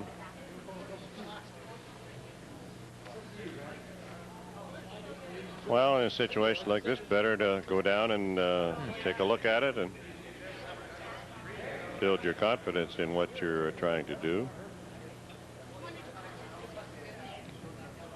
Another shot of the second floor gallery. Mm-hmm. They've changed their mind. That guy still watching the football game? No, he's... No, but that's Mrs. Kirkness in the black in the front. James's mom, and right beside her is Lynn Pearson. That's AJ's longtime partner of about 20 years. Right. Bands with particular interests. Chris Succi with an intern is going to be playing quietly. Oh, let's play the draw. Draw instead, eh? Down to the bit of a pocket there.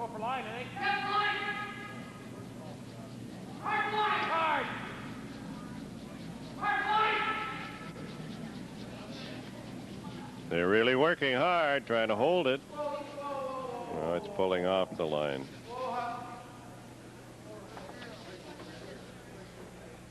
Well, that turned out to be an error, really, and because he had to at least be there. Even if he moved around, if the shot rock hit it and rolled slightly, just moved it back a bit, you had to be down to it at least, right? You can't. For sure. So not only was he a little inside, but he was light. Farther to Right here, Mike. better. Yeah, even if I go a bit farther, it's not precise bad. shots, you've got to be precise. I think Got you to can be right outthink there. yourself. Yeah, exactly. Okay. Renaud had it just hit center. You lie to. And then forces Kirkness into making it a double. Otherwise, you know, you get your deuce. Kirkness playing on the intern side for this hit. Well, and if he's able to roll a little bit, Bob, all of a sudden it becomes much trickier for the Gagne team.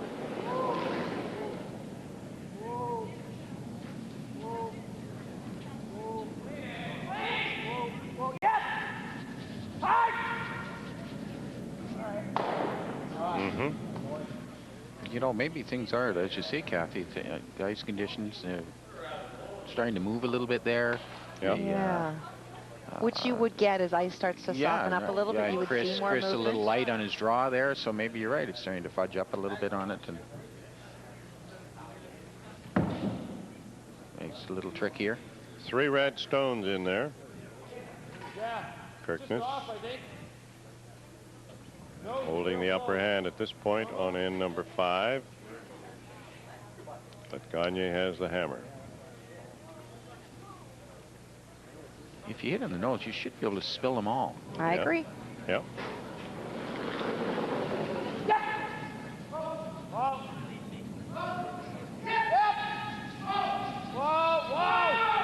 He's pretty close to a nose hit. It's backing up just a little bit down, but he is going to get one. There you go. He's going to get 2. Very nice. And he didn't quite That's as get good as a triple. Great shot.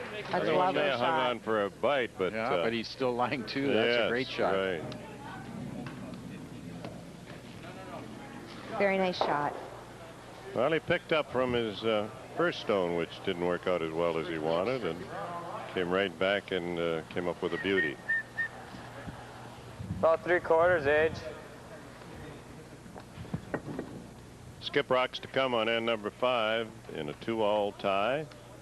If you've just joined us, this is the men's championship final of the 2005 Labatt Manitoba Curling Tour Championship, coming to you from the St. Anne Curling Club in Would you have that, Eastman. James, right here? Not far from the center of our country. As you come down highway number 1 towards St. Anne, you see a big sign indicating that's where the middle of it is. Yep. Mark! Whoa, whoa, whoa, whoa! Bang, bang. Oh, look what he did. Not quite. There's a bad break. That is a bad break. Yeah. Chances of doing that are very slim. Boy, you try and make a shot like that, you can't do it. He left the Yellowstone at the back, and now a chance for Gagne to possibly pick up a deuce. 3 rocks to come.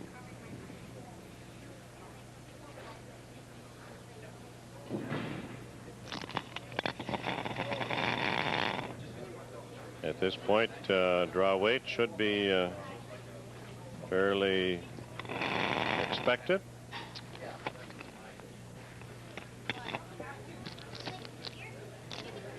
Renaud Gagne settling in the hack, tidying things up in front and looking at that broom held by Suchi.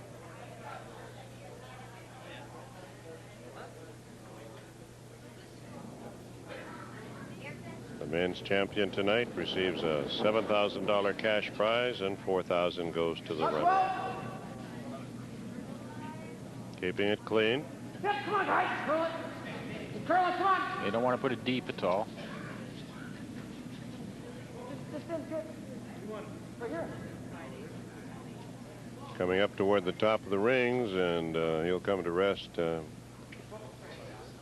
on the tee line. Well, Halfway into the still eighth. a possibility of a double there. Yeah. So you want to leave About it high. here, eh, I'm on the surprised seven? they didn't want to leave it high. Yeah, right A little higher than that. Or a hit and roll across in front of the backstone would be. Yeah, these well, we can make play it here. interesting. It's a thin double there. Eh? Yeah, Pretty thin, yeah. but it's there. Oh, sure. I'm going to throw that same firm, though. That's why you want to leave that up about 1.5 feet, 2 feet. Couldn't have got it. Unless a backhanded double. James Kirkness, former Manitoba junior champion, former gold medalist in the Canada Winter Games, and former Manitoba Select champion, playing third for Dale Duguid in 1998.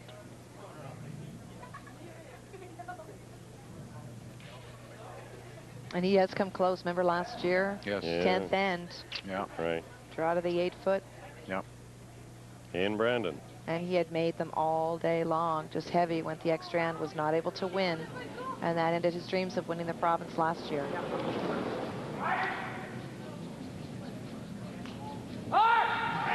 Trying for this thin double. They're working hard on it. He's not far away. Might be too thick, though. Yeah, just a little too thick.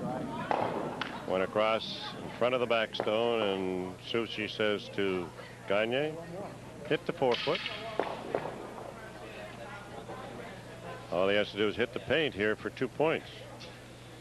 Kathy Goche and Ralph Bagley will be conducting midway interviews after this stone. 5th end break upcoming for the curlers. And Gagne with a chance to get a jump going to the break.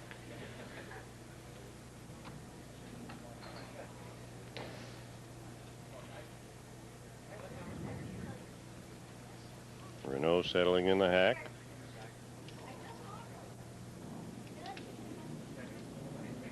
And out he comes. Gagne, 38 years of age. He's a press operator for Scott Screen and Wire. Uh-oh, Suchi coming out here. No, he's okay. Just get the paint. That's all It's he all needs. set up by that He's in. fantastic triple by Suchi. By Chris You bet. Suchi. Yep. Yeah. So there it is, 2 points for Renaud Gagne on end number 5, and the St. Anne team and the St. Anne crowd satisfied so far, as Gagne has jumped into a 2-point lead.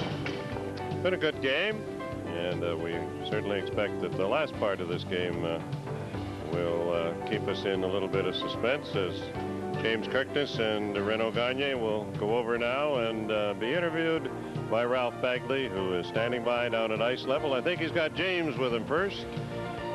Take it away, Ralph. Okay, Bob, and we've got James Kirkness here. Pretty tight game, but you give up 2 in the 5th end, so it makes the second half of the game a little more challenging. Yeah, that's for sure. We got to get some rocks in play, and we've missed a few opportunities so far, so we're going to have to pull up our socks and go after them the next 5. I thought you had a couple of bad breaks on that last end where it looked like you'd made the shot and it hit jammed on something. Well, that's curling. Sometimes the breaks go your way, sometimes they don't. Seem to be on the wrong side of the inch so far, but we're going to pull up our socks and go after them, and hopefully we can change that.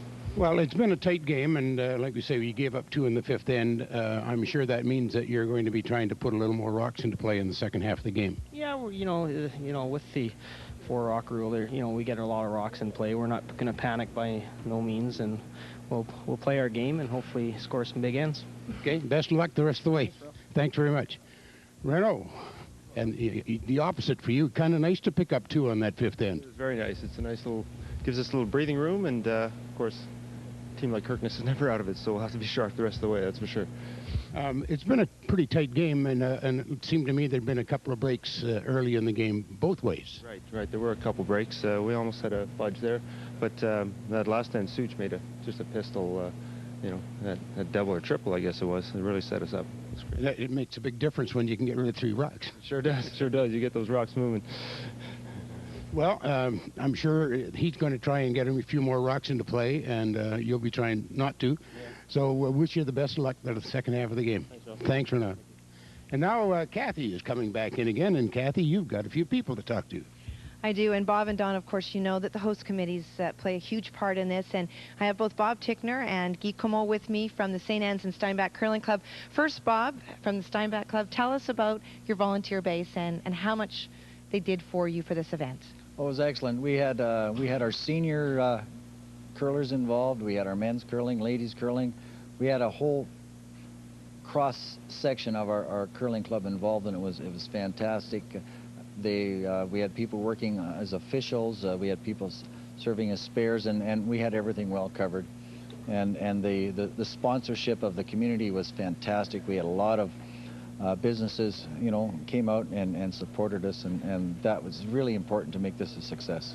First time for Steinbach to host the Manitoba Curling Tour event. Is this something that you would like to see back in your community, and why? Absolutely. It heightens curling in our community. We have bid for next year's select, and we're hoping that is going to happen. It's going to be great for the community and get curling up there. Our junior program is doing very well, and this is just something else to bring curling into our community. Thank you for your support. Thank you. And of course, we are here tonight in St. Anne's. We were last night for the women's final. And Guy Comeau, the representative from St. Anne's, will just switch you gentlemen if you don't mind. Guy, first of all, does it help having someone like Hub Patin on a team that's in the final? Oh, that was huge. He's got such a fan base in this area. Huge family, never mind just a fan base, but it really packed in the crowd all through the weekend, so it was great. Talk to us about St. Anne's, a community close to Winnipeg. Does an event like this coming out here help to give some exposure to your curling club? Absolutely. While the arena, the rink is in the town of St. Anne, we actually serve a much larger area.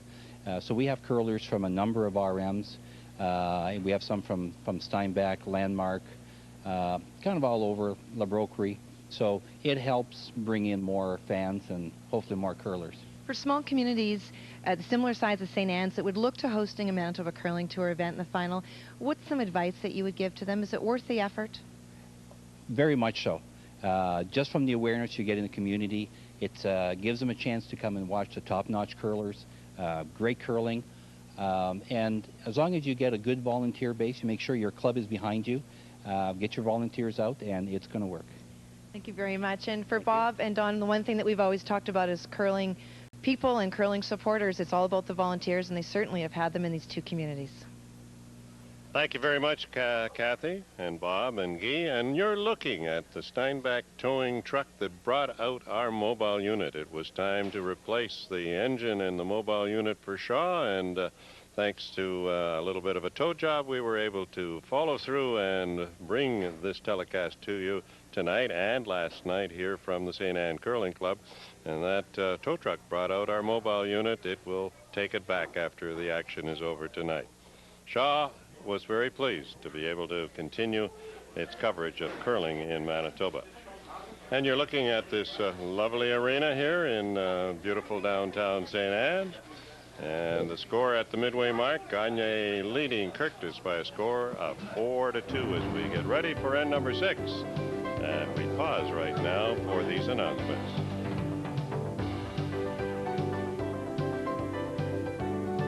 The Labatt MCT Championships are brought to you by Labatt Breweries, Manitoba. Labatt Light, right out of the ice.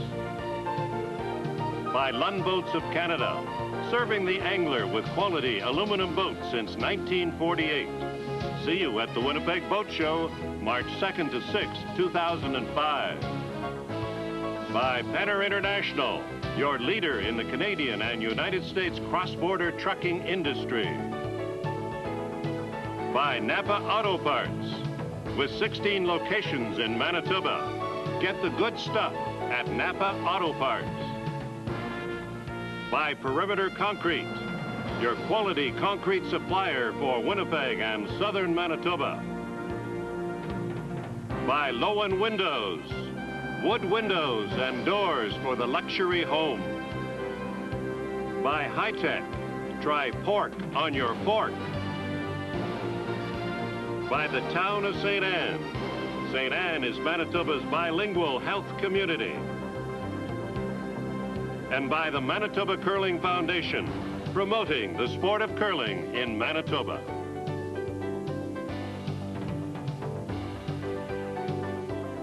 Looking back on the records of these teams going into the action here tonight, Renaud Gagne and James Kirkness both undefeated with 4 straight wins. Gagne defeated Howie Restall to start with, Rob Van Comer, and then John Bubbs to qualify in A section. James Kirkness at the same time defeated Brent Bramer and then advanced against Ryan Hyde and Jim Toderick to qualify as well. And then in the action today in the semifinals, it was a victory for Gagne over Murray Warren, 8-6, and Kirkness upended Ryan Fry, the defending champion, by a score of 7-5.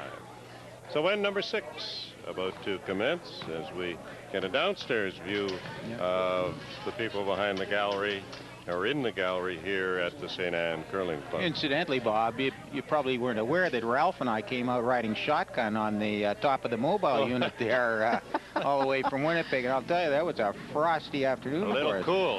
Well, if any of the viewers remember watching Trains, Planes, and Automobiles, and when they rode in the truck and the picture of that dog with a frozen grin, that's the way Ralph and I looked. And if you believe that tale, I've got some swamp people, for you.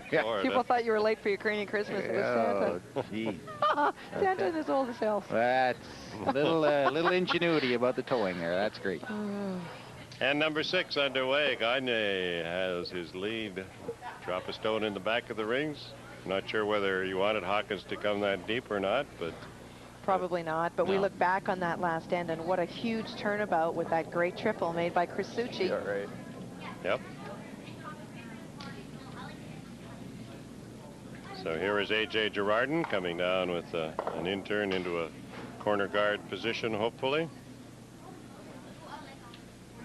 Girardin started curling at the LaSalle Curling Club south of the city of Winnipeg, and he's been going at it for 26 years.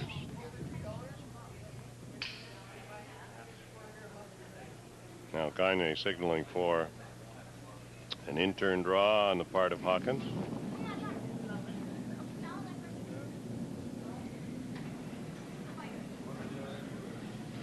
Renaud said that they had high hopes going into their zone playdowns before Christmas in this area here, and unfortunately couldn't quite put it together. Lost to Kevin Larson, as Kathy told you earlier, but there's still the MCA Bonspiel to come, and they intend to be in it.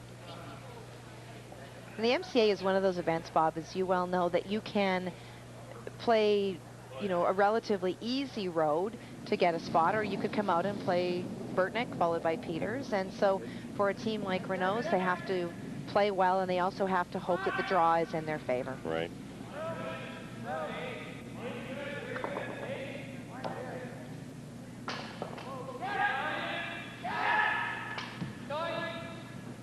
Girardin around the front, coming toward the stone at the back of the house. Nicely done. Yeah, fine right shot. Down on top of it. It's a very good, steady player. The only problem, of course, is always behind the tee line. It just needs a pocket for Hub to come down to. Later in the month of January, Kathy and various other qualifiers for the Scott Tournament of Hearts will be in Souris, Manitoba. And that event runs from the 26th of January down to the 30th. Unfortunately, it's also on the same time as the Grand Slam event at the MTS Center. Yeah, that's too bad, because that would have been great to go see, but I hope I can't see any of it. Suchi brushing away at it. And we have another freeze back. Nicely done. Yep. Eventually it'll work its way back up. Yep.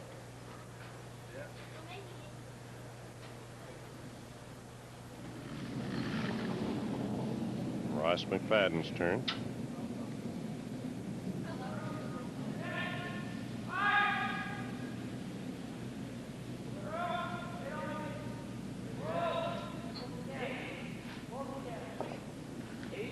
Has room going by the front.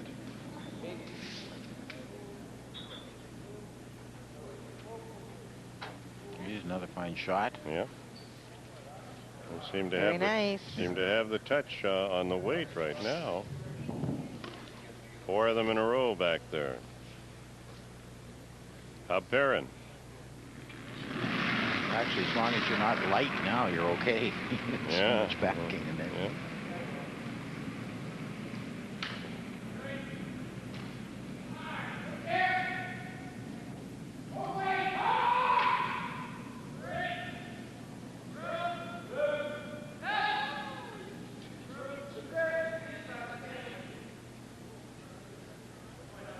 Fine shot. Nicely done. Got to the inside, something that they had not been able to do. Yep. Does it help if we move it a bit?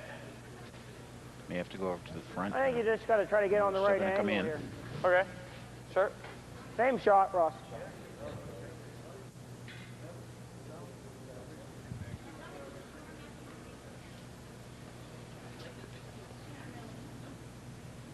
Some very precise shot making underway here, at least as far as weight is concerned. They've got to be letter perfect that way.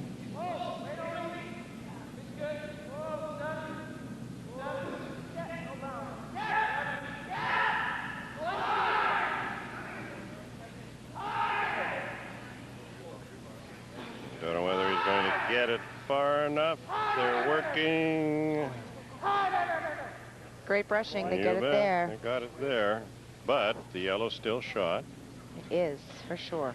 Mm-hmm. Gagne doesn't hesitate. He said, let's put a cover on. No, it's going to take a little bit to get that yellow one out of there now. Mm-hmm. What are you guarding?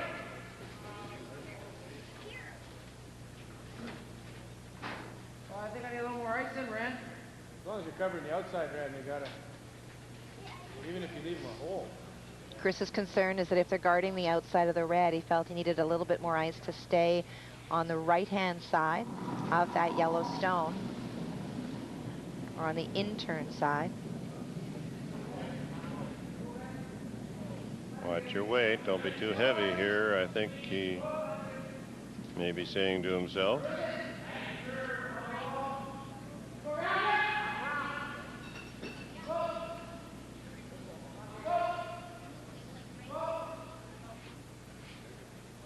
Tucking in nicely. That did work out for him, although that's not what he called. No. But I don't think he wanted to be that tight. No. Now it's time to whap. There is room to come by the guard and hammer the yellow and squeeze it. I'll probably lose the 2 as well. I'm concerned about this rock. I can't get that. It's not going. No. You're right. Not if you hit it. We gotta get rid of this one though. Yeah, I agree. That's the stone that has to go. I guess throw peel. We're gonna lose all the reds, but I think we got to except for one. We have to. Yeah. Yellow, red, yellow, red, yellow, red, yellow. Quite a lineup. 2 reds will pop. Yeah, they will. The problem is you're dragging the 4, and the 4 is gonna spill out like this. Yeah. I'm better off to hit it on this side. Out.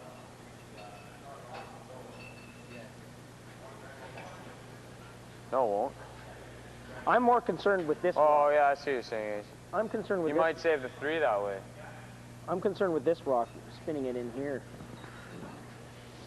Well, yeah. I think you still got to fire at it. I don't think it's going to spin that much. I mean, if I can hit it a half a rock, then I won't spin it in too much. Yeah. All right. Unless you want me to, I don't know. I don't think you McEwen want to can spin see that. about half a rock is what he's talking about. Well, I was thinking if you... We just got to make sure that 4 goes at least I was to the just thinking 12. if you hit a quarter of this. Do I want to even throw this hard? Yeah. Like, what if I was throw a bumper right on the nose? Well, I don't think you can get... I'd roll the shooter off, though. Yeah. Right. I think we fire Peel and see. You might get some action. Yeah, it might. Try and hit a quarter to a third somewhere. Peel, wait. It's dead straight here. Decision is made. McEwen on his way down to throw, and they're going to play heavyweight, firm, solid weight, try to get some action on the lineup of stones in the rings. James' concern is where that yellow stone in the top of the 4-foot will go. He thinks that by hitting it on the outside, it may stay in the top of the 4. The reality is the stone that's causing them the most grief right now is the shot stone that is full 4-foot. And that's the one that Mike is hoping to remove. He talked about playing different varieties of weight, playing less. James said, no, you have to throw hard at it, and I do agree, because he's got to move stones around. He's got a zinger coming down here. Something's going to happen. He is on the front, unfortunately. Well, that seemed to move even with that weight ever so much. I think you got just a touch inside on that one, too, because he yelled as soon as he let it go. Boy, that's going to take a stick of dynamite to get the thing out of there in a little while if they're not careful. Gagne has a 2-point lead. And he's trying to come up with a steal if he can. And at this point, lying 1.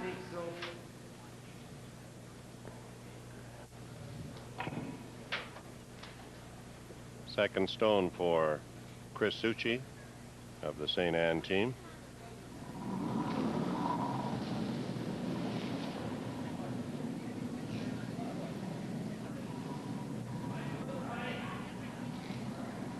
Hawkins and Perrin keeping it clean. Now they go to work on it. This is going to be a longer guard.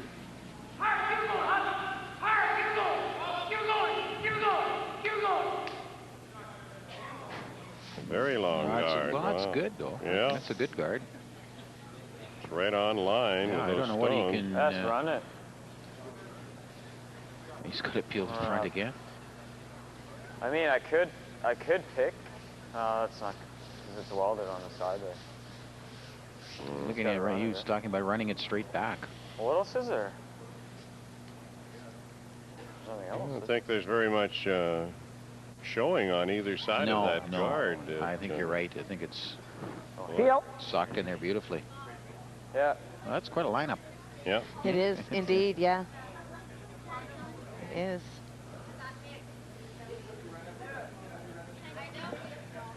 Maybe not the time, but would there be an out-turn draw down to the shot stone? Possibly. Yeah. Yes. Yeah. Here she goes.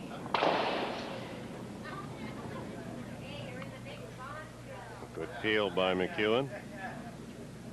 And so for Renaud, we'll just throw the guard. Same thing.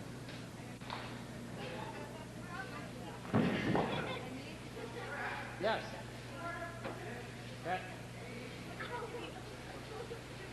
Kirkness missed a chance for a deuce earlier when his shooter rolled across and didn't quite materialize, but he made a couple of fine shots later. And then, as we have indicated, we thought that Chris Succi's stone on end number 5 really set up the deuce that they got.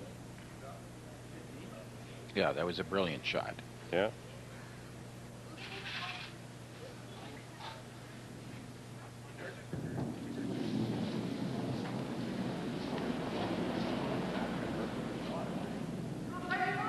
Gagne's first stone on end number 6.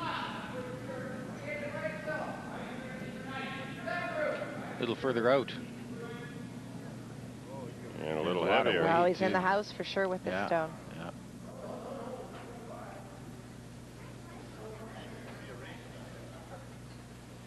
Little tap, not much more.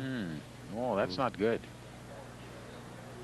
You know what? I think he may have saved Kirkness a bit here. You hit that right on the nose.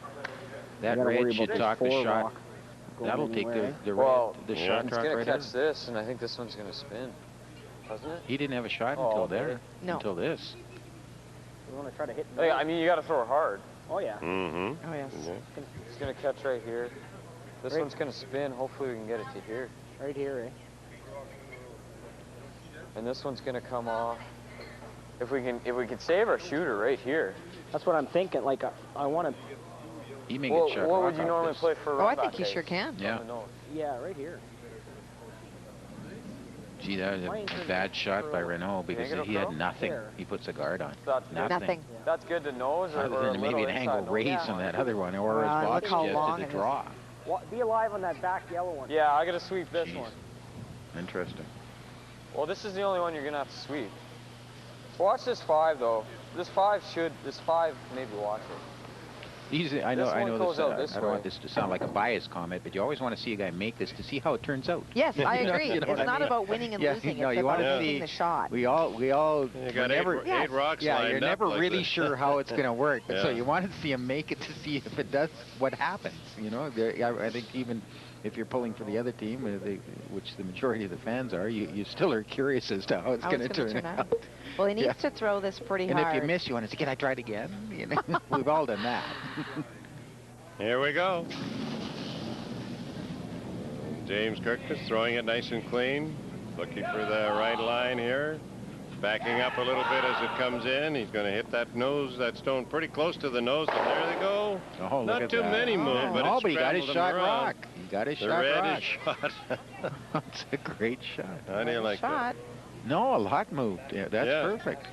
Not very much. It didn't matter. He got like he wasn't going to be able to get shot rock until Renaud came in. Yeah. And that'll be a big turning point if it turns around that Kirkness goes on to win the game. Now, I'd like to have seen that shot with Kevin Martinwaite. Because I do think the 2 yellows would pop. Yeah, true. Well.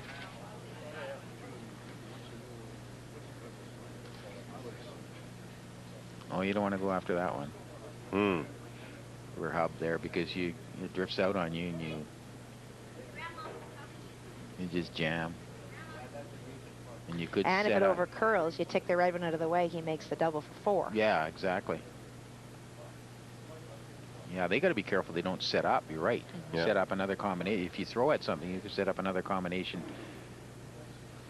for Kirkness to go after a big hand. There is a red onto yellow double takeout there that he should be aware of, and obviously is, unless he changes the picture here. But if that situation stays the way it is, the red onto the yellow and the you know what? go.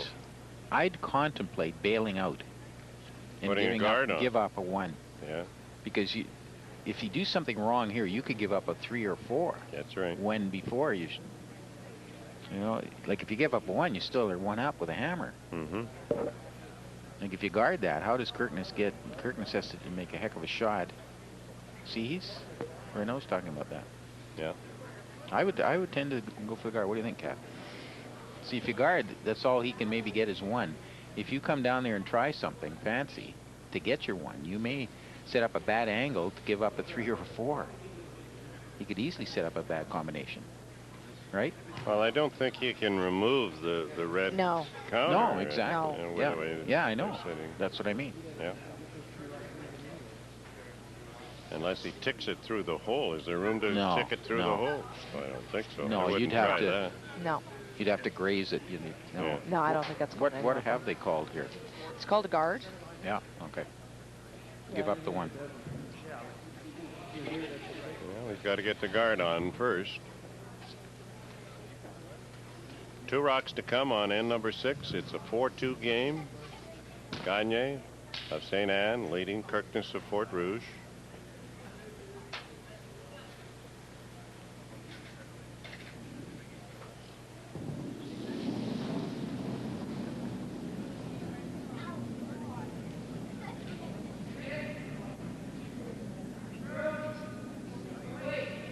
it out there a little bit, but it's a question of his weight, really. Starting to come across now. There they go, Hawkins and Perrin.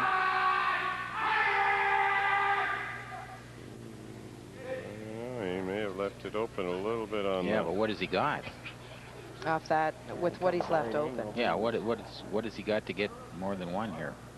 No, that's the shot. I don't think there's any harm at all. Can't hurt anything. Try to go past the guard. We got, yeah. Get a tap, tap, tap.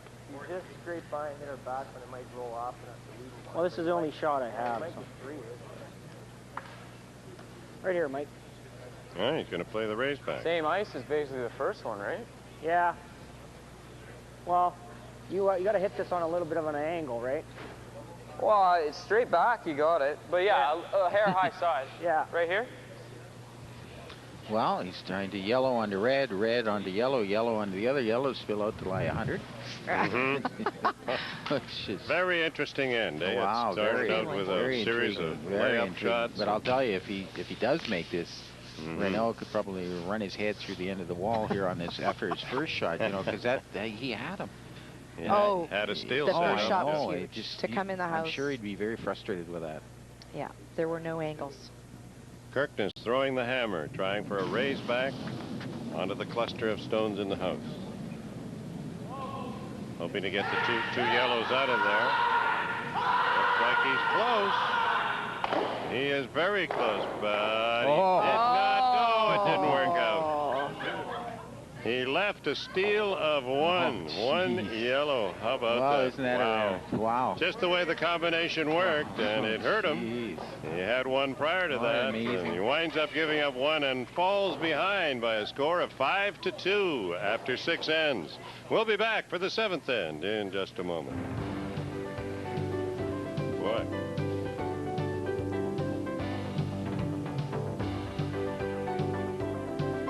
The Labatt MCT Championships are brought to you by Asham Curling Supplies, featuring the Asham Slam Shoe with the revolutionary rotator sole and 8-ender curling brushes, the choice of champions. By Al Bernier of Remax Performance Realty for rock-solid service.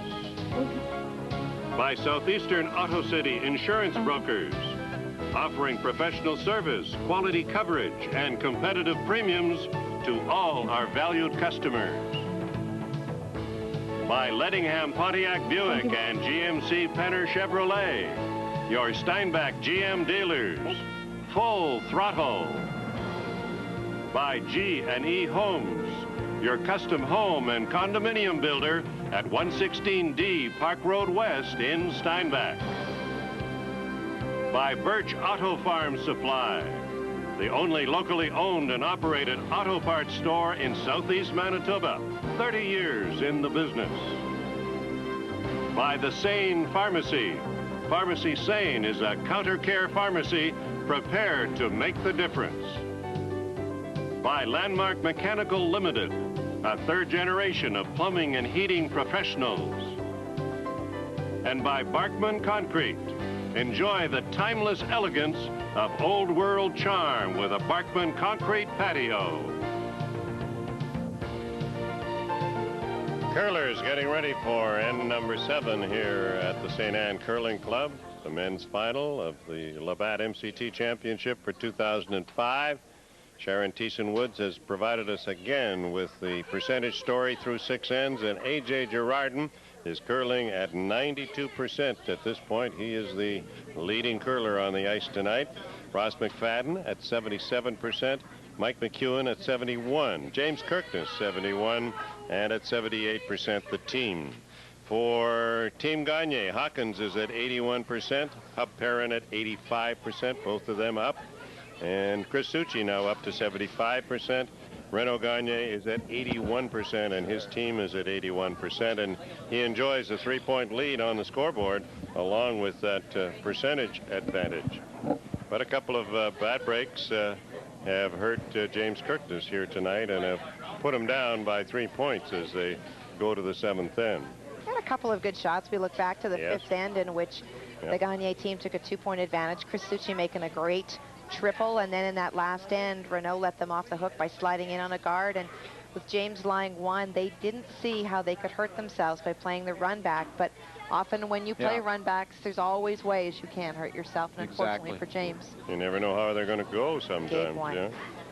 It was a fantastic end to watch, though. All the shots. It's quite amazing. Hawkins put his first stone in the 4-foot, and now they'd like him to follow on down and get a cover on it of some sort if they can, after Kirkness played a corner guard. Perrin and Succi work hard to get it over. The men's champion tonight receives a $7,000 cash prize, along with a berth in the Canada West Bonspiel next December, and a playoff against next year's MCT champion for a spot in the 2006 Provincial Safeway Select. The men's runner-up tonight earns $4,000. The total purse for the men's and women's divisions in this event was $26,000. There are some eligibility provisions to qualify for that Safeway Select playoff, but all the 24 teams who curled in the men's division this year have met those MCA regulations. great shot by AJ yet again. Freezing it right down into the 4-foot.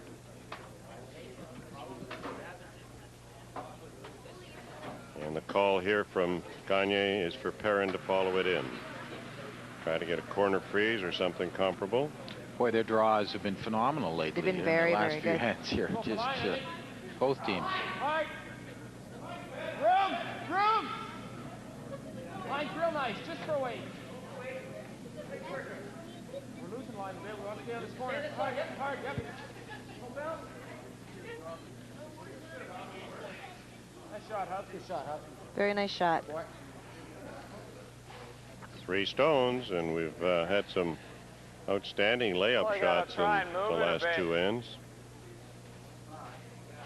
We can bump ours a couple feet back, not bad. Yeah.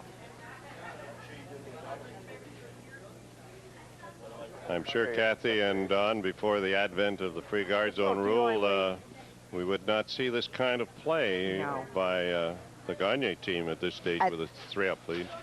We'd see them peeling everything that there was. A 3-point advantage in 7 usually meant game for sure, but the theory is with the free guard zone is that you should be able to score 2 when you have last rock, and so this game is really much closer than a 3-point difference as a scoreboard would indicate.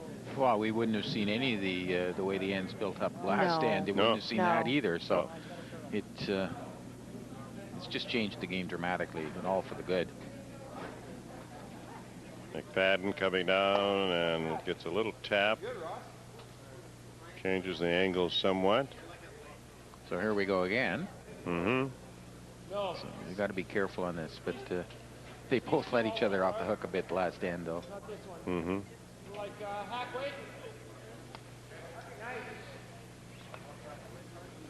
We spoke about the MCA Bonspiel toward the end of the month, and immediately followed by the Scott out in Souris and the Grand Slam event, the Canadian Open it's called, at the MTS Center. That's on at the same time, and then into February, and of course the big event in Selkirk that they're getting ready for. Brent Reed and his committee are working hard to set up that event. It'll be held starting on the 10th of February, I think it is. We all look forward to going back to Selkirk, a great spot for the provincial men's select.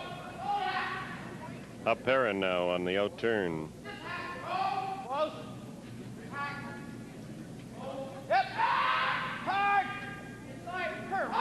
Get it by, they did. It took a little bit of a dive as it came in over the hog line and removed the red stone. Very nice, very nice. Throwing with great confidence. You can see it. The momentum shift has happened.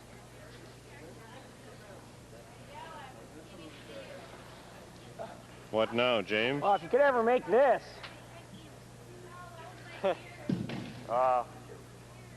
Almost have to, don't we? I think so. Well, at least if We they got don't nothing on make this it, side. they got to open it up a bit. Angles are bad. You know, if you ever raised it back onto this one, it's not bad. Yeah, we got to play that. You got to throw weight, though. The run back. Firm regular, Ross. Redstone on into one or both of those yellows. Straight back. Well, they're thinking straight back just to the Just a inside little, to yeah. make the double a Yeah, little bit, yeah. or to move it, because he's right, on the outturn side there is nothing. McFadden going for it.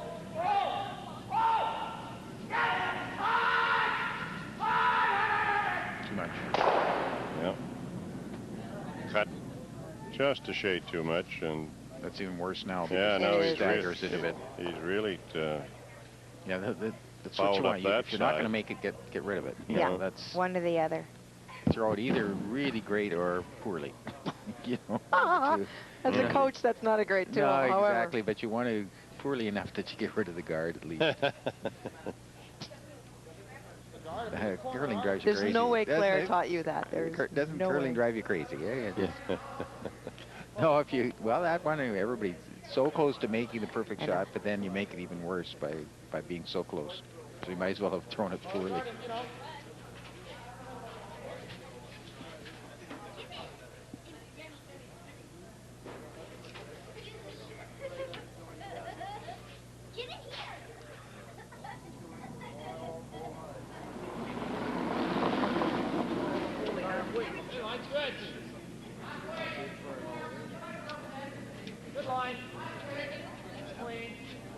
Suchi on the outturn, try to come around the front.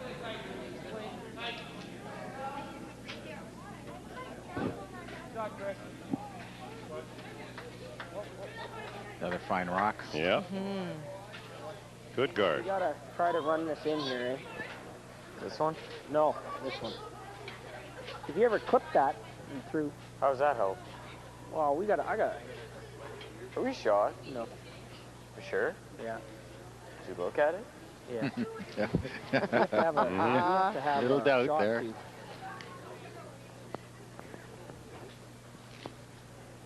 We're shot. It's a game for all Here we ages. are. Look at Kirkness thinks he's line one, right? that. Yeah, I know. That's what he said. I don't know. They might be shot. It's close. This one here it's looks like it's close, got a yeah. bigger chunk of. Like I'm looking at the. Yeah. I think it's us, actually. But Because it does make a very big difference. Oh, of course, yes. How What do crazy you want me you to play get rid of, this, though? Yeah. depending on if you're Well, shot. I was thinking if you peeled, and even if you hit that one and followed through with it, you might be able to chip this here. Gives us something. You can't really run that red. The red, you're not running it into anything. no, not really. The only way you can hit the red is to nose this. It's no Well, good. I could actually get it so I could roll it in the center, but I don't know how that helps us, though. I think this is the shot. Like, if I could, there's enough room to get it by. How much does it rearrange that? It would actually be pretty good, wouldn't it? It's tough. That's tough. Because you're. Well, look at, but like I can roll and maybe I can just bump that yellow just a bit. You think that's there? I don't. I don't think so, Mike. Like I can run it to almost hit half that yellow. You get by the guard to be able to do that. I don't know. I'm with James on this one. Mike's talking about running Like I can get it that to Yellowstone here. on the left as I you guess look Yeah. at that. Scenario, if you ever. I just hate running their own rocks in there. Well, I'm just trying to salvage the end. That's all. Try to give me something to shoot at. This is tough because Oh, you'd have to play the. Mind you, if you ever did this, it's not bad. if I just clip that, it's not that bad, That's right? not bad. That's not bad for us at all, actually. And he's got to put a. Mike likes running that red stone on the right-hand side of the I'll try center that. line straight back, Okay. There's enough room. Well, straight You back just have to past. tweak it. past the If I yellow, streak hoping it, I to can roll to maybe the just- inside. Yes. That's Push pretty that yellow tough. just a little bit. Yeah. All Or right. shoot that And what red. does it do, even Feel if weight. you do that? I don't know. You see anything, Edge? If they're already shot, That's the question, and they don't Yeah. seem to know the answer. Yeah.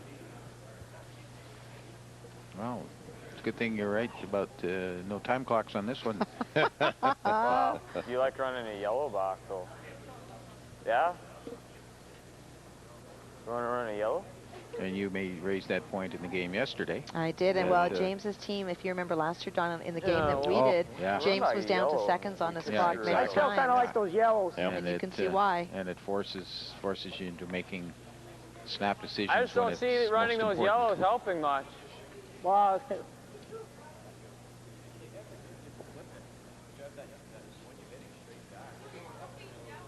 Yeah? let's give this a shot, Mike. All right. So I'm just trying to clip the back of the yellow then. Yeah, exactly. All right. Okay. What do I got to hit? 3/4. All right. They're trying to run the yellow in onto the yellow on the forefoot. Let's see how Mike does. They're waiting, waiting, waiting. It's backing off. It's cleared the front, Well, and that's that's all right. about all. That's okay, Well, though. I think that's what they were trying, really. Well, I thought he might have been trying to run it in. He said 3/4. He wanted to hit 3/4 of the stone. Anyway, he succeeds in removing the garbage up front. Opens up a line to the shot stone right now, and it's up to Gagne to try and cover it. What if he hits the top yellow one right on the nose and spills the two back ones? Mm-hmm. Why not do that? I think if we hit half on this side here. Looks like a nose hit. The red, does not the red spill out? May not go. Depending on where he hits it. Well, if we hit half, we're going to just. I think with feel, we can even roll here. It's still going. Mike McEwen from Brandon. And Renaud Gagne looking at... See, you hit that. I think he hit the top one. Mhm. And you should spill the red one right out. I think so, too. Why not do that? And then how does he get Well, I shut thought they out? were talking about doing that. Well, I thought they were kind of talking about playing down to it or something. I Well, I don't think know. Renaud was. Nose or high side? Nose Yeah. or high side, so Yeah. they are playing the hit. I know that Suchi liked the hit. Yeah, And you're right. There's no reason why it wouldn't go. yeah. Nose or high?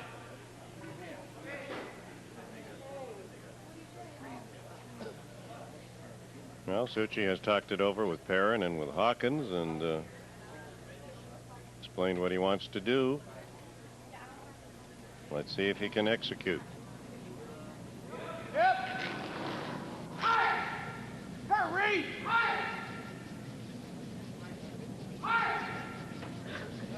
It should be all Very right. close. Oh, yeah. There it goes. Nice. Mm-hmm. Yeah. Good shot. Yeah, nice shot. As a result, 3 yellows in there now. Yeah, they all go. Heel, firm. Well, he can make a triple and be partially guarded, eh? That's what I he's think- saying, firm. yeah. Up regular firm. Yeah. Am I going across the face? Yeah. Okay. It's natural, just hit it. The shot is to hit about a half of the front yellow and take out those 2 stones, and then have a shooter go over on the other one. Let's see if he can do that. These are challenging shots. A lot of curlers love to throw them. Is it going to come up enough? It's gone a little too far out. No. Yeah, he's got 2 of them. Rolls over, and the yellow's still shot. Gee, that's a tough one for him. I don't know if there's enough room to get by there. I don't know that there is either if he stayed a Yeah, little because you further got out. to throw some weight. Yeah. He needed a lot less of that rock.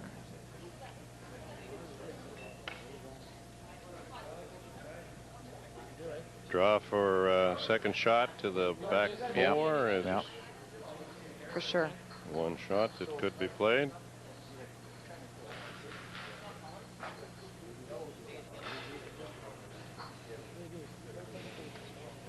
This is the climax to an outstanding curling weekend in St. Anne and Steinbach. The Labatt MCT Championships have gone over very well, and the host committee worked exceptionally well to make it a success.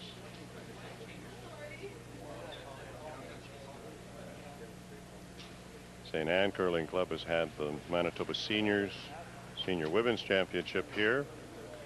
And right now, I don't think it's any secret that the MCA is looking very closely at the Centennial Arena in Steinbach as a potential site for the Scott, not the Scott, but for the Safeway Select. Guard it now, he's got to make a play. Put it in the wrong spot, you give him a hit and roll. If you do what? No, that's not the end of the world. You want to be here, go right. Gagne at one end and Suchi at the other. That's it, too much? Exchanging reasoning. No, they've changed. No, Yeah. they They've changed their to a guard instead of going in for second shot or shot rock. It's okay, we're outside the 4-foot line. You heard Chris yell they're outside the 4-foot line, meaning that's where the finish or the curl starts, but we also saw them move a little bit.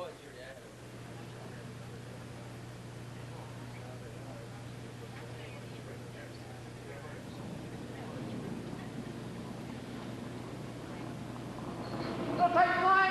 Mm-hmm. Yes, line! Tight line! Oh, he doesn't want to spill that guard. Where is it?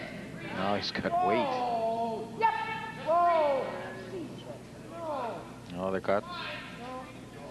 Well, he's by the Ooh. guard. Look out, don't bump the red one. Nerve-wracking. Wow. Oh, he just, Almost did Yeah. it. Obviously just a shade too much weight for Gagne. Well, I mean, you just gotta hope it's it. 3 rocks to come on end number 7. That's what I'm thinking. Sticking here is... It's not, we're probably not gonna stick it, but at least kind of weak.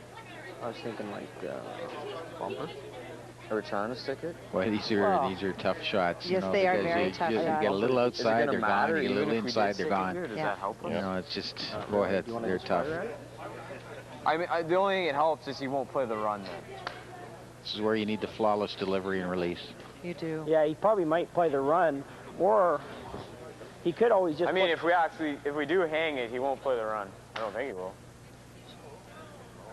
He'll play the hit and roll then. I wouldn't say that Kirkness has been struggling It's up to all you. night. I but mean, it I don't mind seems just- that he's always trying to come back from an awkward What's that, Ron? situation throughout the game. He's been in trouble a lot. He hasn't had very easy shots. Pretty tough to No. stick it, but you just want to throw bumper?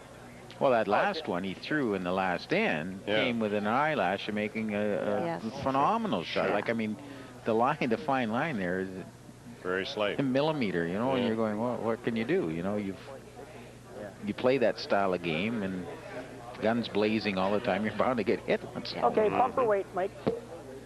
Right here? Yeah. Great to watch, though. It's fabulous. It is fabulous, and they're throwing bumper weight, and that's I don't know, about if we the right hung way it to on the throw. edge, But as you wouldn't say, play if the run, his I don't think. last movement is out or he's up Yeah. at all, it will Hung on just the go edge, whizzing play. by. Well, he throws such a nice rock, of course, With but this still, beautiful you stone. still, there's where when the I didn't pressure's play it on, at all. your years of practice with your delivery to make it flawless, right? But a lot of the average curlers, they flip a rock like this, they miss it by a foot and wonder why. Yeah. You know, it's basically because there's a flaw in their delivery. It's like a golfer or whatever, the Yeah. same thing. This is when you need to be able to throw, because when you're At the sitting in stick. the hack, there's nothing you can see hardly. No. You just see about a quarter of an inch of a rock that you got to hit, and it seems like a mile away.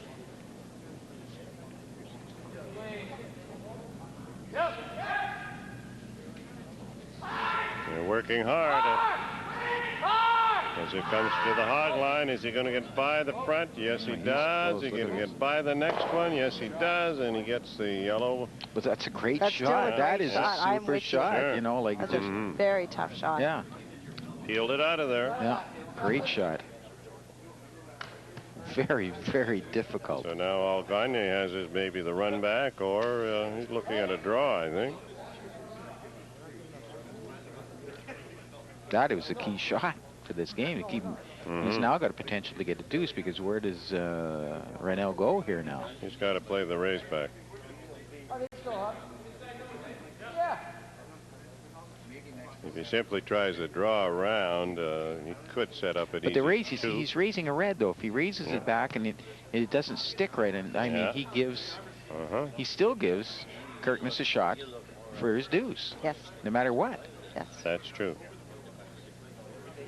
The only way he can get it is if he hits it at an angle and spills the red, both reds out. He's got to spill the red both that he reds out. races in Yeah. and the back one. Yes. Exactly. Yeah. Well, that seems to be the shot. He's going to try to do something like that if he can. So crowd will erupt if he does make this shot. Let's see what happens. Gagne, lots of weight. He's got a pull. Not going to do it. No, he just gets the run back, and so there is a chance for 2 here for James Kirkness. He needs the 8-foot. Nice setup. Yep, 8-foot draw. And that will tighten the game up as we go to the 8th end. Lots of room over on the out turn for Kirkness with his throw of the hammer on end number 7. As we've mentioned, the top prize tonight, $7,000. And the Carrots, a berth in the Canada West Bonspiel next December, and a playoff against next year's MCT champion for a spot in the 2006 Provincial Safeway Select. So it's still 5?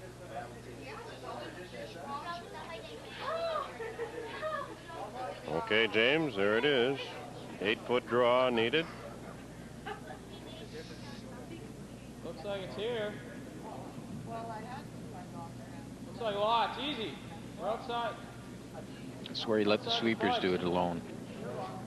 Right. Not bad now. Getting on it now at the hog line. No, he's fine. Nicely done. James Kirkness into the Excellent 4-foot shot. for 2 points on end number 7, and after 7 ends, it's Renaud Gagne of St. Anne leading Kirkness at Port Rouge 5-4. End number 8 is next.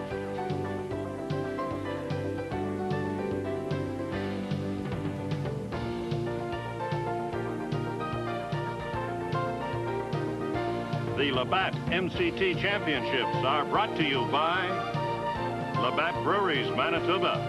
Labatt Light, right out of the ice. By Lund Boats of Canada, serving the angler with quality aluminum boats since 1948. See you at the Winnipeg Boat Show, March 2nd to 6th, 2005. By Penner International, your leader in the Canadian and United States cross-border trucking industry. By Napa Auto Parts. With 16 locations in Manitoba, get the good stuff at Napa Auto Parts. By Perimeter Concrete, your quality concrete supplier for Winnipeg and southern Manitoba. By Lowen Windows, wood windows and doors for the luxury home. By High-Tech, try pork on your fork. By the town of St. Anne. St. Anne is Manitoba's bilingual health community. And by the Manitoba Curling Foundation, promoting the sport of curling in Manitoba. And number 8 at the St. Anne Curling Club, about to unfold as A.J. Girardin gets set for his first delivery. 2 deuces in this game. And a couple of singles in the early stages for each team. And it's a 5-4 game. Anybody's game playing number 8. Girardin plays an out turn. James would like this out in the free guard zone. But he would like it tight to the house. That doesn't look like he's going to get it. They're working hard to get it into play. Which is pretty unusual for AJ. We've seen him place those stones right in front of the house, right in front of the house. That's a huge miscue. And very hard to run those rocks back with any accuracy. Brad Hawkins to counter. Hoping to come around.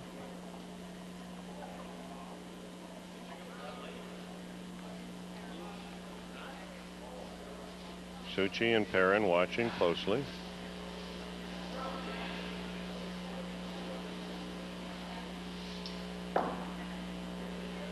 Gagne aggregation has been around for a while, most of them around 25 years of curling. Gagne started at Assiniboine, Suchi at West Kildonan, up Perrin here in this vicinity, and Brad Hawkins started at Valor Road. Gagne 38, Suchi 36, Perrin 37, and Brad Hawkins 41. A.J. Girardin now on the out turn with 2 stones in the Fregard zone, and It's short. It's just a 3.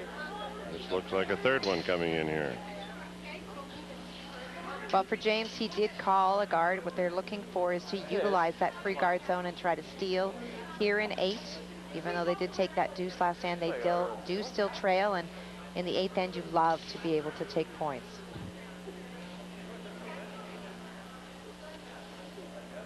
I haven't drawn in a few ends, so I would know. Kathy, you had a chance to play in the Canada West Bonspiel this year in Edmonton. Your impressions? Oh, it was a great event. It's 32 men, 32 women, and very unique in that it is the same entry for the men and the women. And of course, the winner of the Manitoba Curling Tour has that entry paid, but the prize payout is exactly the same, and that's very unique for women to be paid at the same levels as men. But the ice conditions were great. It's a 12-sheet facility at the University of Edmonton, the Saville Sports Center. I'm not sure if they're going back there necessarily next year, but it was fabulously run. Sheets of men, sheets of women, so there's a big, huge social atmosphere, and it's a great event with this year a huge prize of the Olympic trials. That won't always be the case, but the winners will go on to the Canada Cup, which has monstrous money of $150,000 to the winners. So it's a great event and a great opportunity for the 2 teams coming out of this to be able to play. You highly endorse it by the sound of things. Oh, yes. Yep. Go back in a minute. It's a good shot. It's starting to move in there nicely. Yeah, it is. More so than earlier in the game. Might mean that the ice is flattening out just a little bit. It looks so like it's grabbing the marks on the ice aren't there as they were a few ends ago either. It seems like they've... Well, Don was out there, and so maybe he did add a little bit.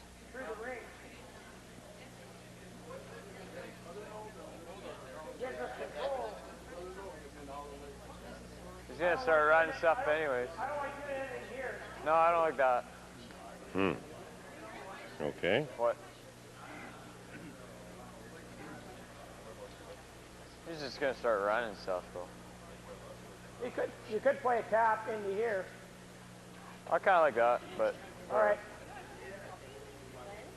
It's the kind of style he's played previously. So, we've seen this quite a bit today. Playing a raise on the red. He is.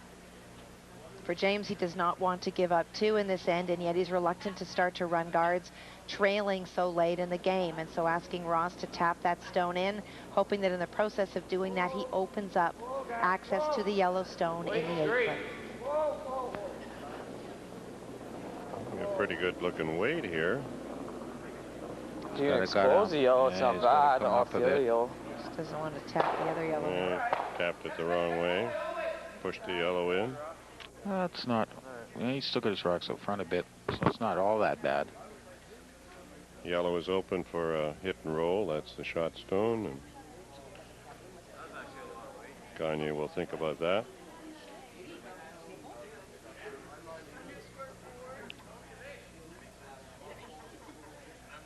For Renaud, maybe consider coming in and split your own rock in the 8-foot there.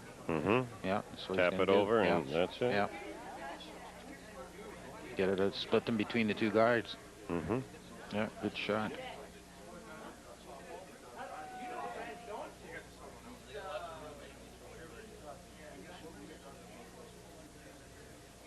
Up Perrin. Nope. Oh, a balk. Take second. Take second. There we go. Good Old one. baseball players. Well, we had a little controversy the other night over at Steinbach.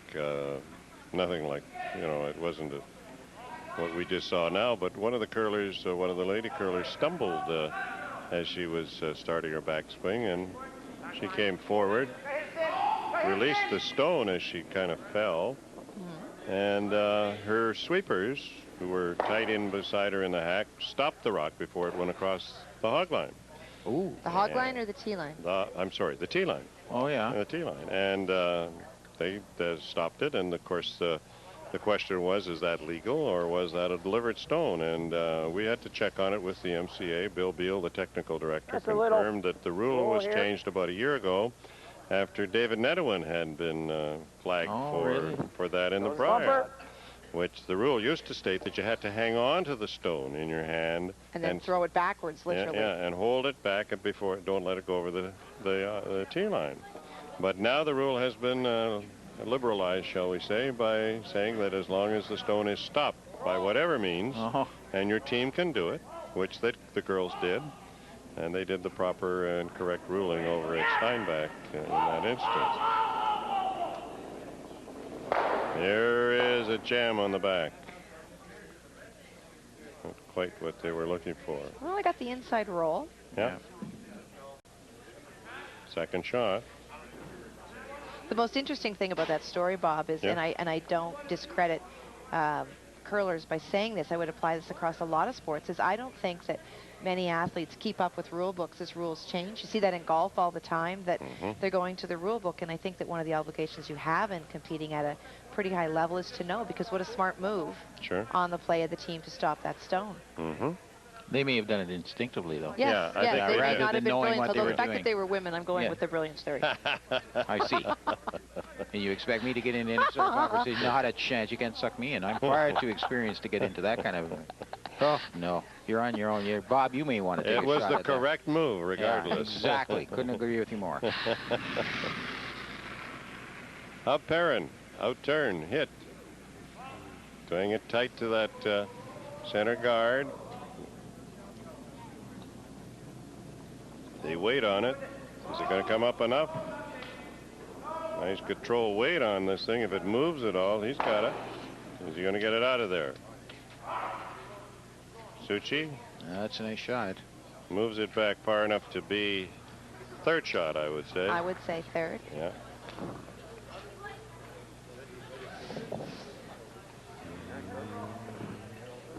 So if you're Kirkness, what do? You go after that other... maybe try the hit and roll now. The 2 o'clock stone. Yeah. Whoa. Yeah.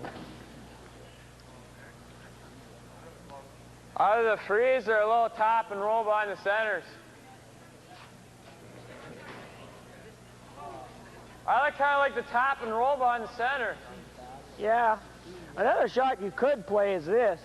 Well, who's third? I think it's us. Well. Yeah. If it's us, I don't really... That was our opinion, that Kirkness was third. The stone that Suchi's looking at right now. Pretty close. But it's obviously very close. That's what I think, too.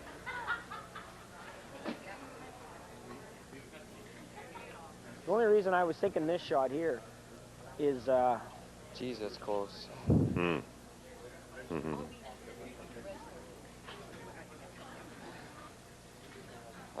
You know, I don't know. Yeah. Mike is not sure. I don't know. I think if you're going to I think we got to play that, though. But I think you're going to play it to move it. Oh, yeah, I want to kill it. Because it's wide open. You freeze it, he's just ripping it. Yeah. No, I wanted to actually do a little flop. I was thinking just the hack. Yeah, or... Just get a little flop behind the center. Last rock belongs to Goche. To Gagne, rather. I'm not sure who it is.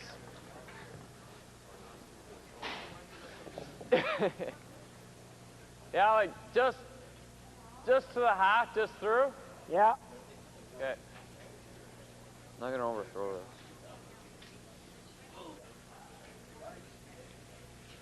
Hack weight to call. Little tap on the shot stone belonging to Gagne.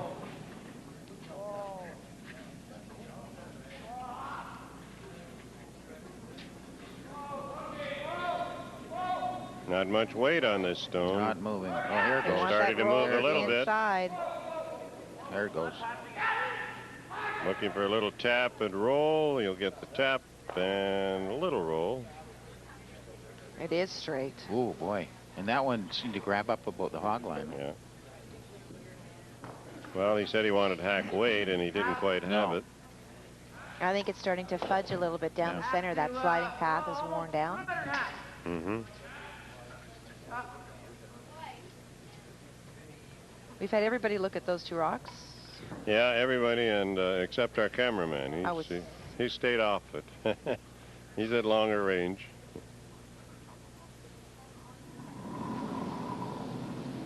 Suchi. Up Aaron is on it by himself. Hawkins was caught on the wrong side. He gets around. Well, this is definitely more weight than what McEwen threw, and it's a removal. Well, I don't think there's any doubt about who is 1, 2, and 3 now. I think you should go after that other one over on the other side, 2 o'clock. Keeping in mind that it is the Gagne team, the team throwing yellow, that has last brick in this 8th end. Yep. And now lying 3. There is a double, of course, at the back here on the left. But they're all at the back. Well, That's the problem, eh? Yeah. You want to get in for shot boy. rock. Mm-hmm. Yeah. Well, I looked at that, but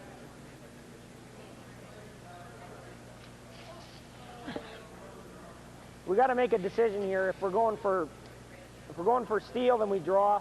If we're I think that's a shot. Mm-hmm. You're right, though, Ross. We're going to stay for shot here, for sure. I don't think, yeah.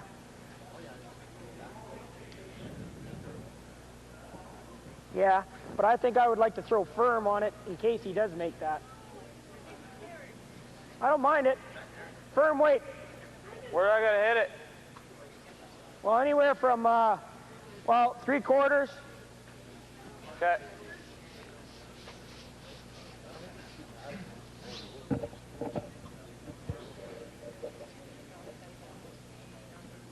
Very tight broom.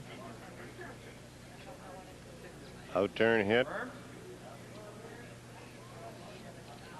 And hopefully a double if you're James Kirkness.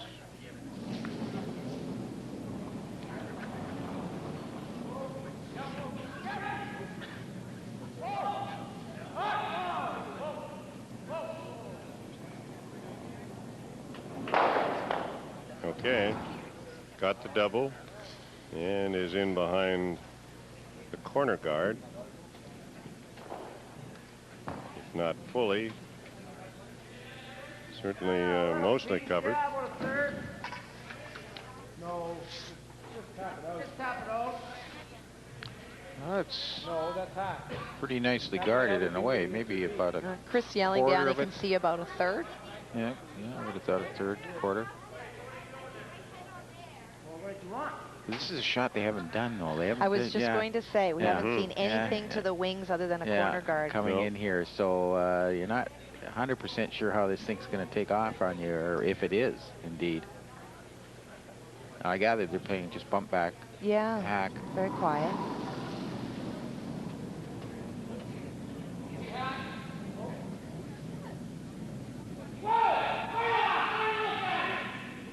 Got a long way to pull. He's out there near the center line, starting to come a bit now. No, it's not coming at all. Eric comes a bit. Coming now. Oh, they got to bump it. He's got to got to bump it. Ooh. Just enough. Ah, good shot. Good Line shot. 2, yeah. Mm-hmm. When in doubt, play it pretty quiet. Yeah. You gotta pretty much play the out turn to make that, eh? Fuck yeah. Well, you know how the out turn is gonna run, eh? It's either that or you do exactly what I did. I like this. If I ever make that, it's just easy hit right here.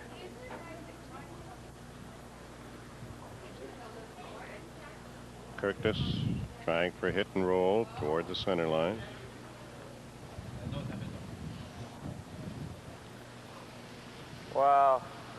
I don't think you make it with the other turn, Age. Well, they're playing the out turn. If he backs up a little bit, he could clip the corner guard. I think the problem with the in turn is that it runs so straight and just finishes at the very, very end. Yeah. You'd almost have to be touching those guards when you go by to make that shot. Yes, you're right. Yeah. The guard is too tight. Now this is a more natural turn. Doesn't move much. Can't afford to get outside. No. Well, let's see how it works. First Lots delivery. Of weight. Lots of weight. Lots of weight. It's backing up a little bit. Yeah, it's got.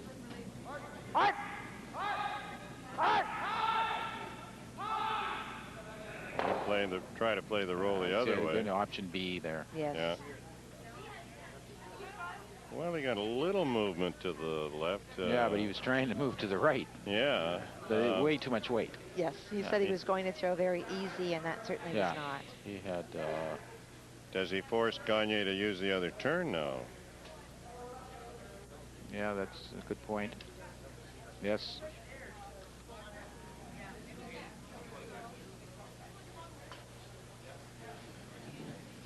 Well, they knew they had a pretty good look at what Suchi's did with very quiet way.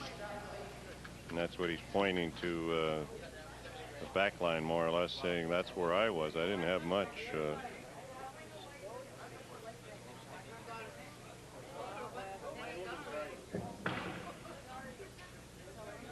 First stone on end number 8 for Renaud Gagne.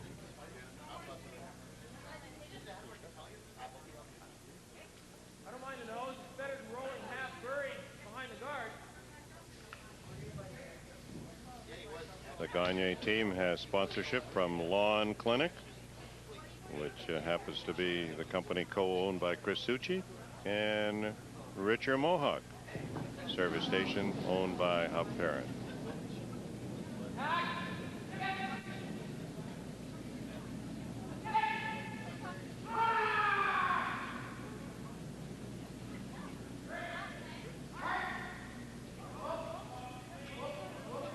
Going to get a roll here. Not much. Not much. Good shot. Mm-hmm.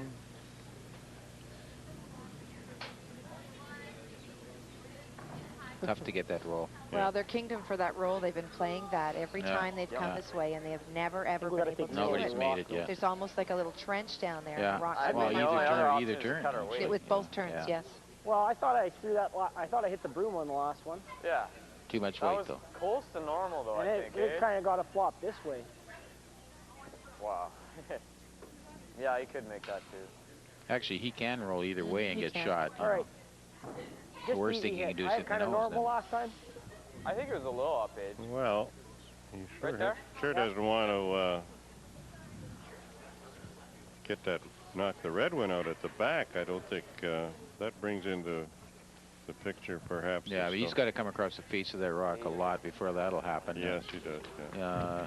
He could get a roll either way. No. As long as he sticks around in the 8-foot. Biting the 8-foot rolls behind that right hand or the left-hand guard, he's fine, or towards the center is even better. Well, again, can't be wide here. Got to be less weight than the last time. Yeah. And I think he is.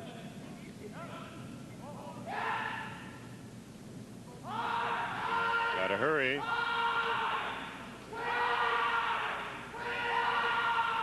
What happens to the shooter? He is rolling for shot. It's a good one. It's a dandy. Oh, great shot is right. You bet. A lovely shot. Yeah. Mm-hmm. Kirkness made a beautiful shot in the afternoon match to beat Ryan Fry with his last rock, and that one rated with it. Brilliant shot. Now, can Gagne get around and move it? He's got the long guard to worry about, the one just over the hog line.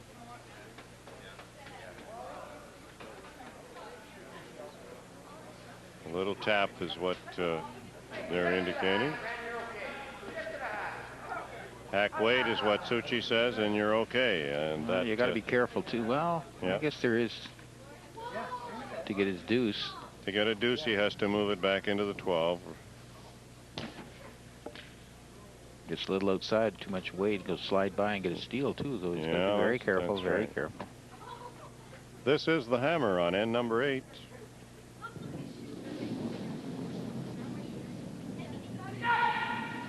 Oh, he hadn't even let it go. They got on it quickly. How's the weight? Wait a minute now. You're by. He's by the front, but he's got to get by the second one. He's pretty close. He's got her. Whoa. Beauty. Yes. Hold it. Wait a minute now. Are they... yeah, they're okay. Yeah. I don't know what that discussion was about, but it's 2 points for Gagne. And as a result of that, it's a 7-4 lead after 8 ends. Gagne coming through with a fine shot. What a great shot. I thought he had no problem. I agree. And then I thought halfway down, there's no problem. It's going to hang. And then all of a sudden it starts to go. he leaped. 7-4 the score after 8 ends here at the St. Anne Curling Club.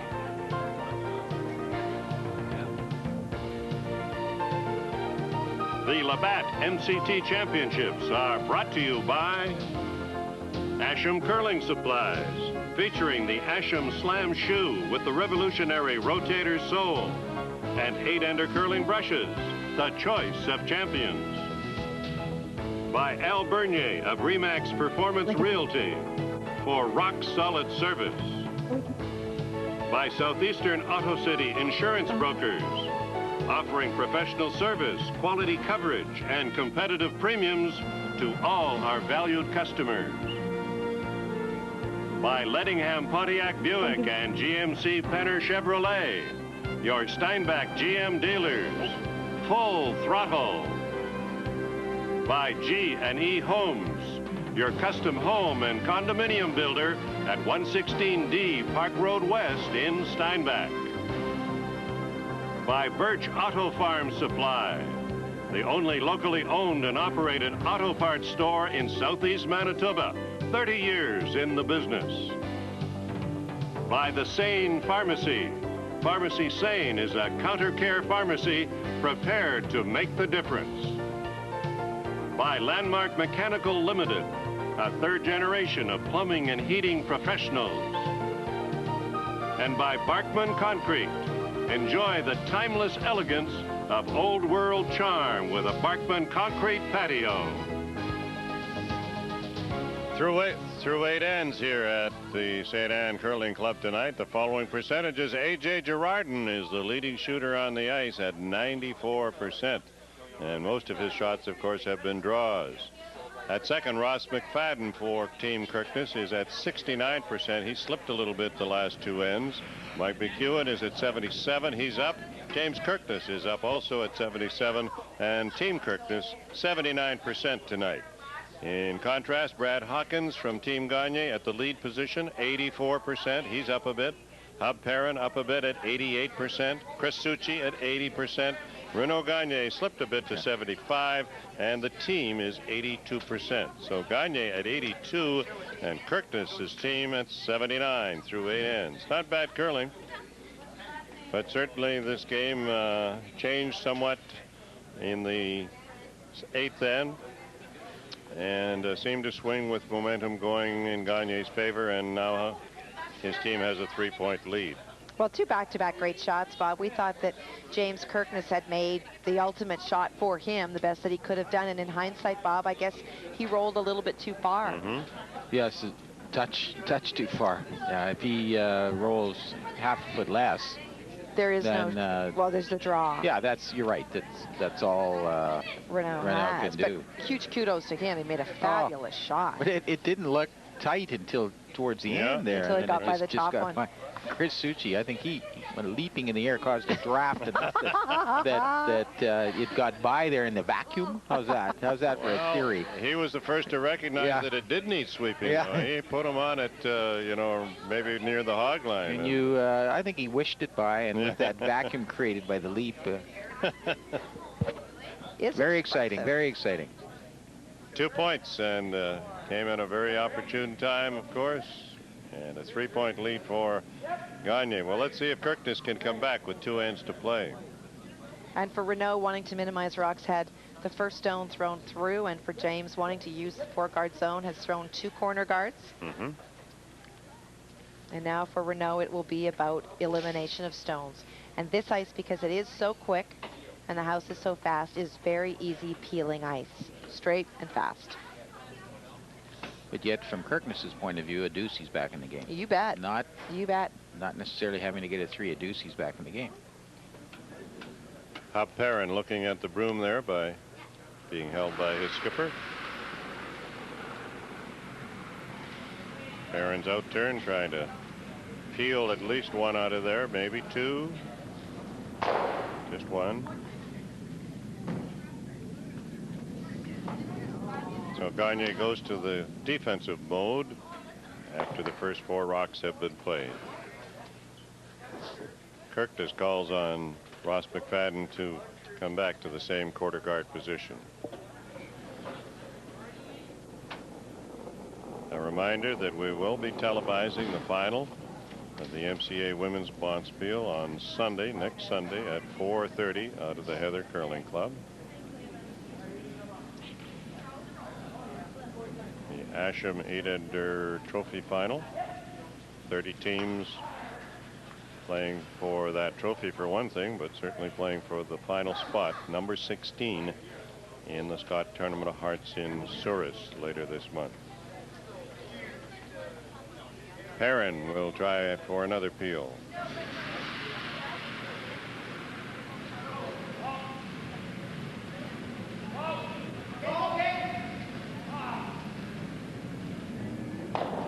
Ooh, he just on the skinny side, he missed the double.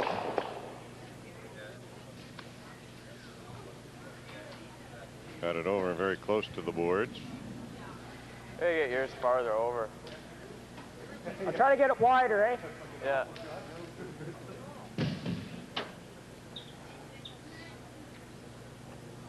Ross McFadden.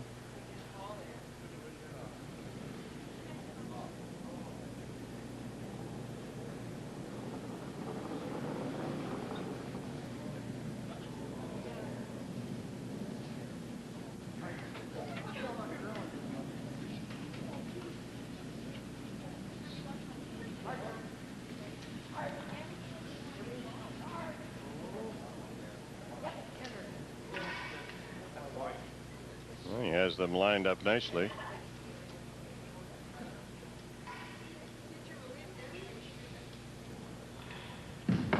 Suchi to peel again.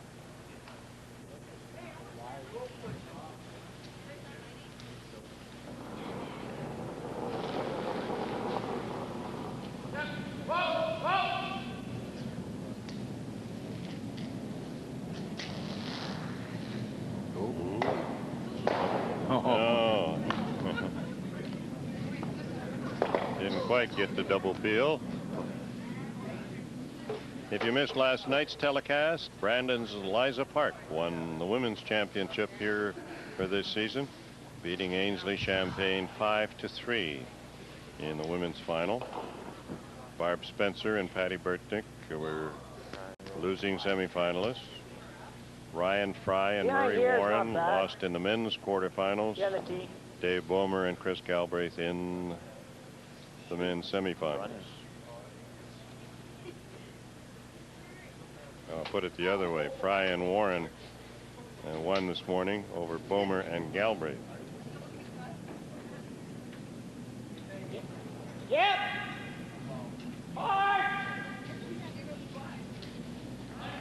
Hard. Hard. Mike McEwen trying to come around the front stone. They're working. Oh, he just shots. She had great weight. Yeah, great weight is right. All right, Mike. That was one Kirkness needed.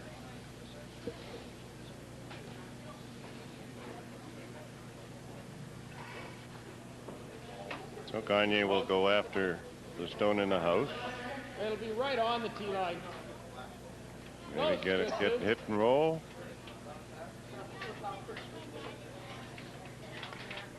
I think we'd be above the. Yeah, we'd be above tee line. Easy.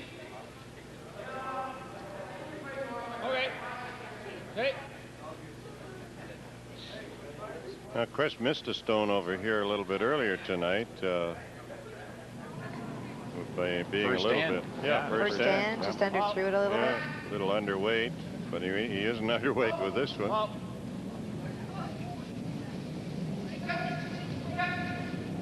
Okay, shot.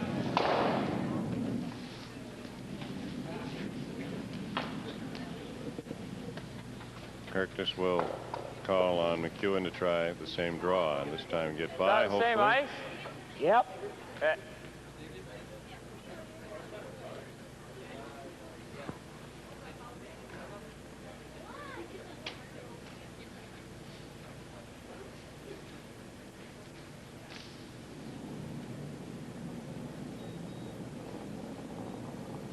I'm good. Yep. Hard. Shot, Chris. Red room. Red room. Yep. Hard. Hold it back. Hard. Hard. Hard. Go, go, go, go, go, go. Hard. Hard. Keep going. Keep going. Keep going. Keep going. All right, Mike. Let's see. Well, he's got about half of it covered, or a third of it anyway. Skip rocks to come on the 9th end.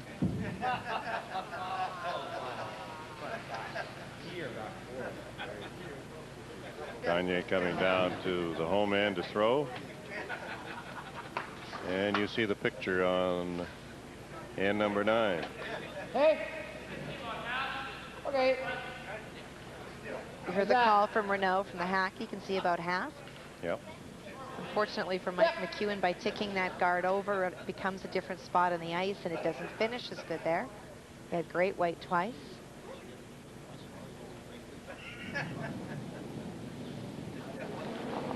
Clean. Whoa. Yep. Hard. Okay. Good. Good rushing ball. Oh, there she goes. Nice shot. A lot of weight too. So yeah. It's pretty accurate. I mean, it curls at the end. Yeah, I'm gonna take a little less than you, though. Yeah. Right inside edge. Well, one good shot by Right here? James here, Don, is good for 2. Yeah.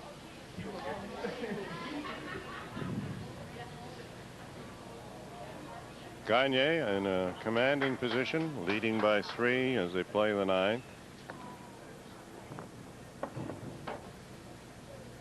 Somehow get that back. And a deuce is almost vital here for Kirkness if he's to have a hope coming home. What am I?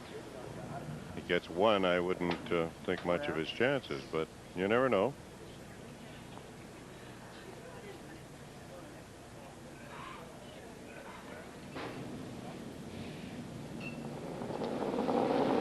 That's pretty good. Wait only. A lot of room. Don't go back 8. Looks like we're back already. Back 8 inch. All the way back. All the way. Won't move in there. Look at that. That's almost straightening out a bit. Yeah. Didn't finish at all. No, really. no. There's no movement at all. Yeah. What you got, boys?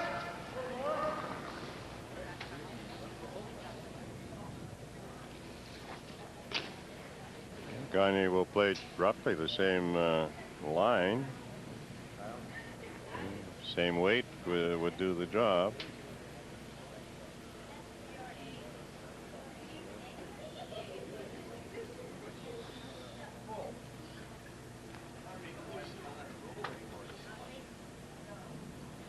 Renaud Gagne has qualified for 2 Manitoba mixed provincials,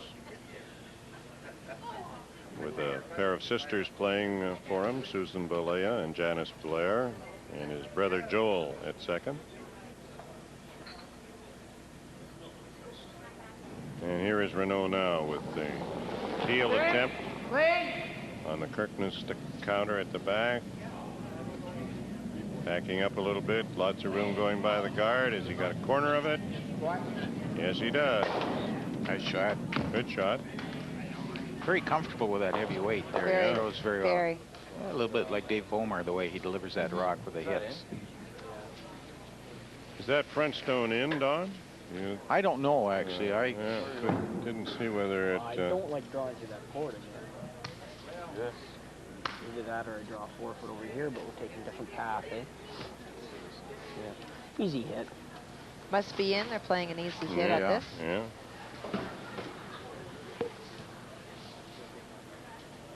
James Kirkness hoping to salvage 1 here on the 9th end.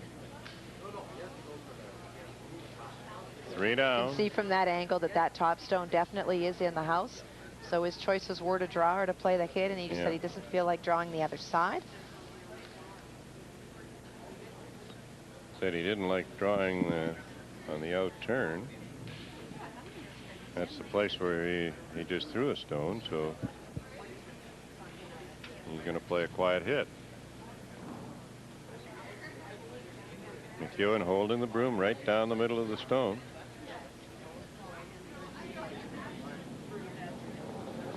Kirkness has to hit and stick here to get a single, keep his chances alive. Whoa. Wait a minute. Whoa. Wait a minute. No, that's all right. No, he's fine. He's got a nose hit. Nice shot. Kirkness gets 1 on end number 9, and it's a 7-5 lead for Gagne as they get ready for the 10th end. And we'll be back to call it to you.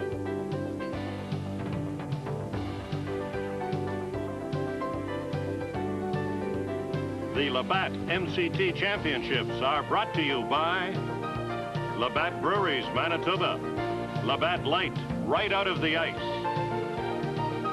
By Lund Boats of Canada, serving the angler with quality aluminum boats since 1948. See you at the Winnipeg Boat Show, March 2nd to 6th, 2005. By Penner International, your leader in the Canadian and United States cross-border trucking industry. By Napa Auto Parts. With 16 locations in Manitoba, get the good stuff at Napa Auto Parts. By Perimeter Concrete, your quality concrete supplier for Winnipeg and southern Manitoba. By Lowen Windows, wood windows and doors for the luxury home. By High Tech, try pork on your fork. By the town of St. Anne. St. Anne is Manitoba's bilingual health community. And by the Manitoba Curling Foundation, promoting the sport of curling in Manitoba. A defensive mode, of course, for Renaud Gagne on end number 10 with a 2-point edge, and James Kirkness will try to get something set up in front. Tough situation for Kirkness without the hammer and 2 down. Now for James, it's very clear what he needs to do is to get some guards up and not remove anything. Hopefully get a stick from Renaud Gagne's team or have a rock in the house that he can freeze to. But the bottom line is that he is going to have to require some misses in order to get this game going to his way. Well, they've got to get 2 stones out front, and we may see Gagne go for the tick, trying to move that that stone off the center line.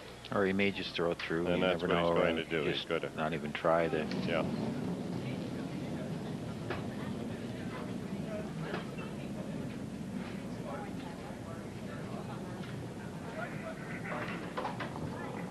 So an easy effort for Brad Hawkins with his first stone on the 10th.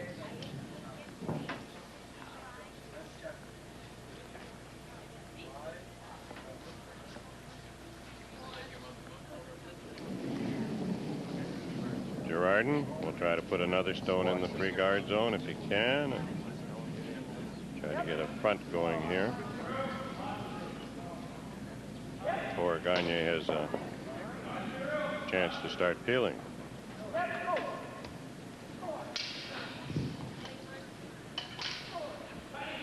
AJ does the job nicely.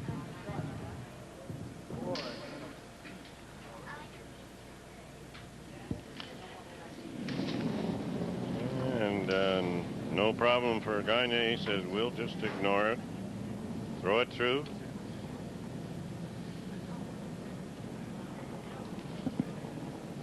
And now we'll see what transpires. James, what are you going to do with this one? Come to the rings. Needs to steal 2.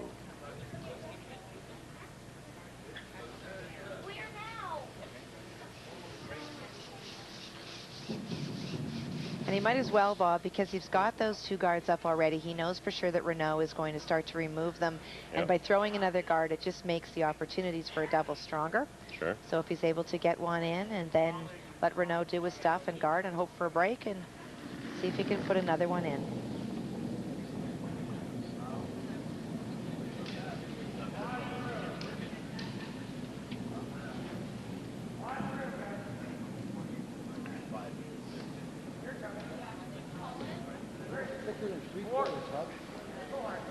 Hoping to see this break toward the middle. And it's bending somewhat as they get toward the top of the house. They let it go a bit there. Yeah. He was actually trying to play full. He's trying to get into the forefoot. Yeah, it dug in pretty good the last 10, 12 feet. Well, at the right angle, it's... Get all 3? Yeah. Is that what you were... Yeah, a little wishful thinking, but you... Mm-hmm. Certainly a chance to get the 2. Here comes Perrin now. He's got 1.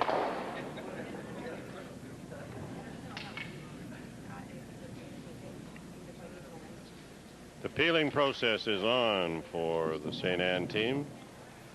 Trying to preserve the 2-point edge it has, and even more to their advantage, Gagne has got to tap the that hammer. in, hope he doesn't make double peel. Yeah. You throw one on the center line again, he could almost get all 3. Yeah. Yeah, we got to tap that back. Tap it all the way back 8, back 4. Yeah. If you tapped it behind this one, it wouldn't be bad either. Yeah, that's fine. They just want to ensure that there's a fair amount of separation between all the stones. So tapping this stone back only about a foot doesn't do them a lot of good because it's relatively easy for the Gagne team to remove 2. And that's why you heard Mike McEwen yelling down, you know, even if we tap it to back 8 is pretty good. It's a rock in the house and makes it difficult to remove multiple stones. Sure. A lot of weight.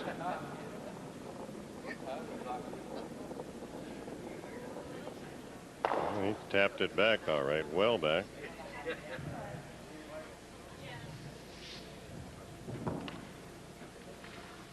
Well, that stone is wide open, but for the Gagne team, they should be looking strictly at those guards. Yep.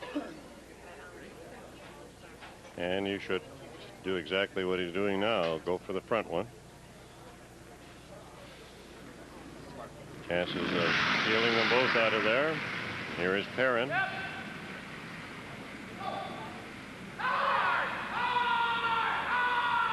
Pretty close. He's got 1, not quite 2, but he has spun it off the center line, but into the house. 2 reds in the rings. Oh, that adds to the excitement. Yeah. Ideally, guard that one. Yeah, half. Right? Well, I mean, fully guarded's fine. He's got to peel the guard anyway.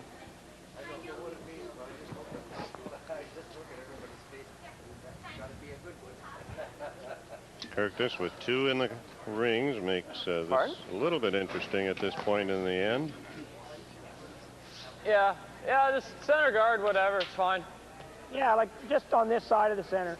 I was just saying, the farther you get it over there, the harder it is for him to make that double run off.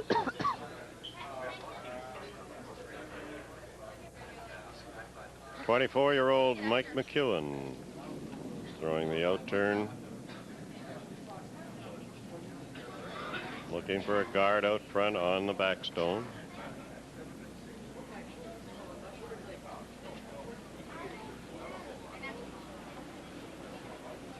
A.J. Girardin and Ross McFadden work hard. They get the guard in play. And Gagne doesn't hesitate. He's out to Peel.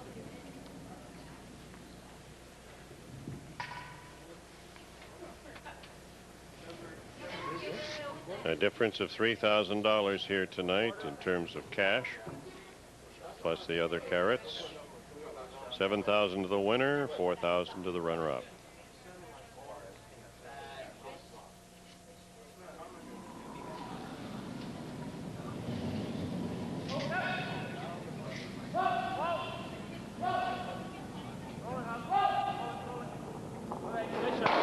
Suchi gets the peel.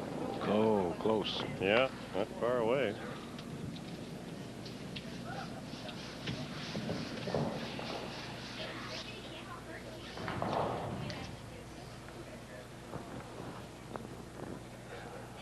Pair of two-enders by Gagne along the way on end number 5 and the 8th end of giving the St. Anne team the advantage tonight.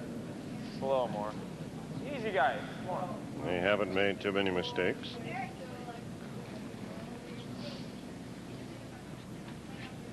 McEwen will put another stone in play here. Yep. Yep. Hard. Hard. Hard. Fairly long guard.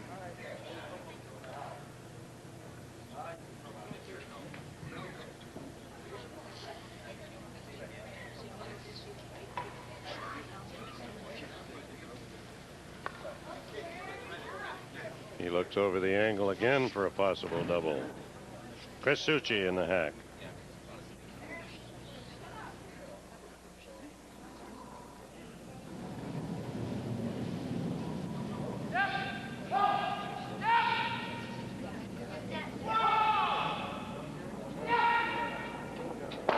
Look at here. Wow. Oh, he almost got Great triple. shot. Great shot. Very nice. Yeah. Well, that may have done it. Yeah, that's a great shot. Yeah. Jim has 2 stones to come. Whatever I threw was pretty. Got to count 2 out of the 3. I mean, I came over top of it, though. Yeah, no, this is the ice. Right there? Yeah.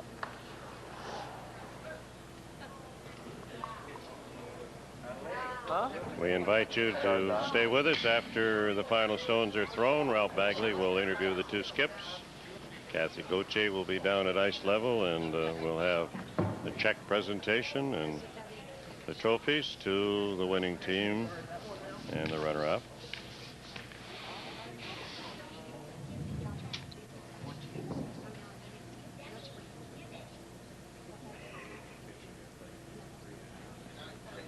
Kirkness will play an out-turn draw. Well, or maybe play an in-turn, I'm not sure. It is the out-turn. Looking for the top of the house, perhaps. Yep. Go. Hard. Hard. Hard. He wants to get it in here. Hard. Hard. Hard. Well, not going to do it.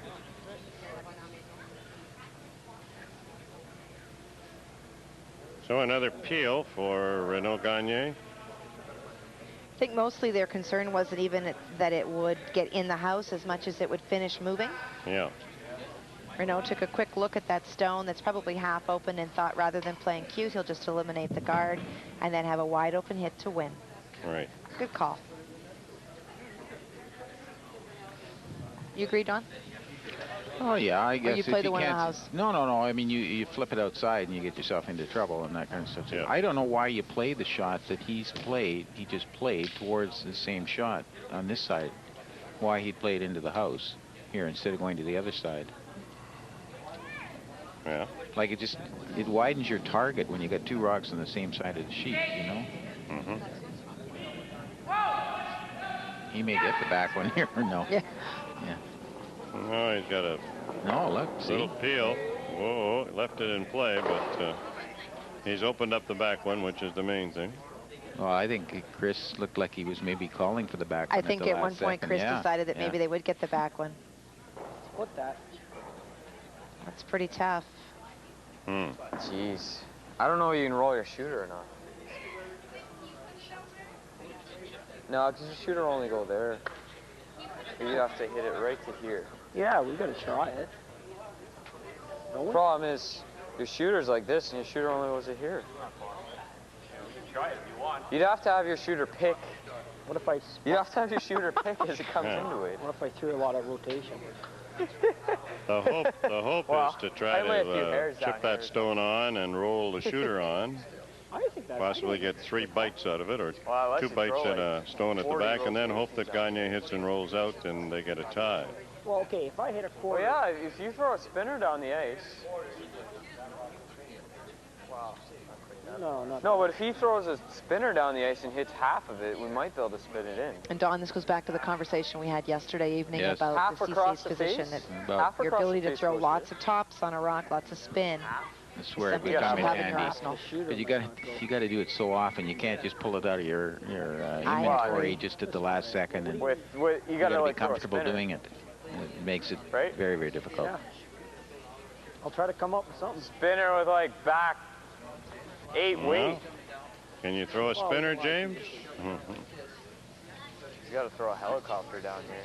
Helicopter.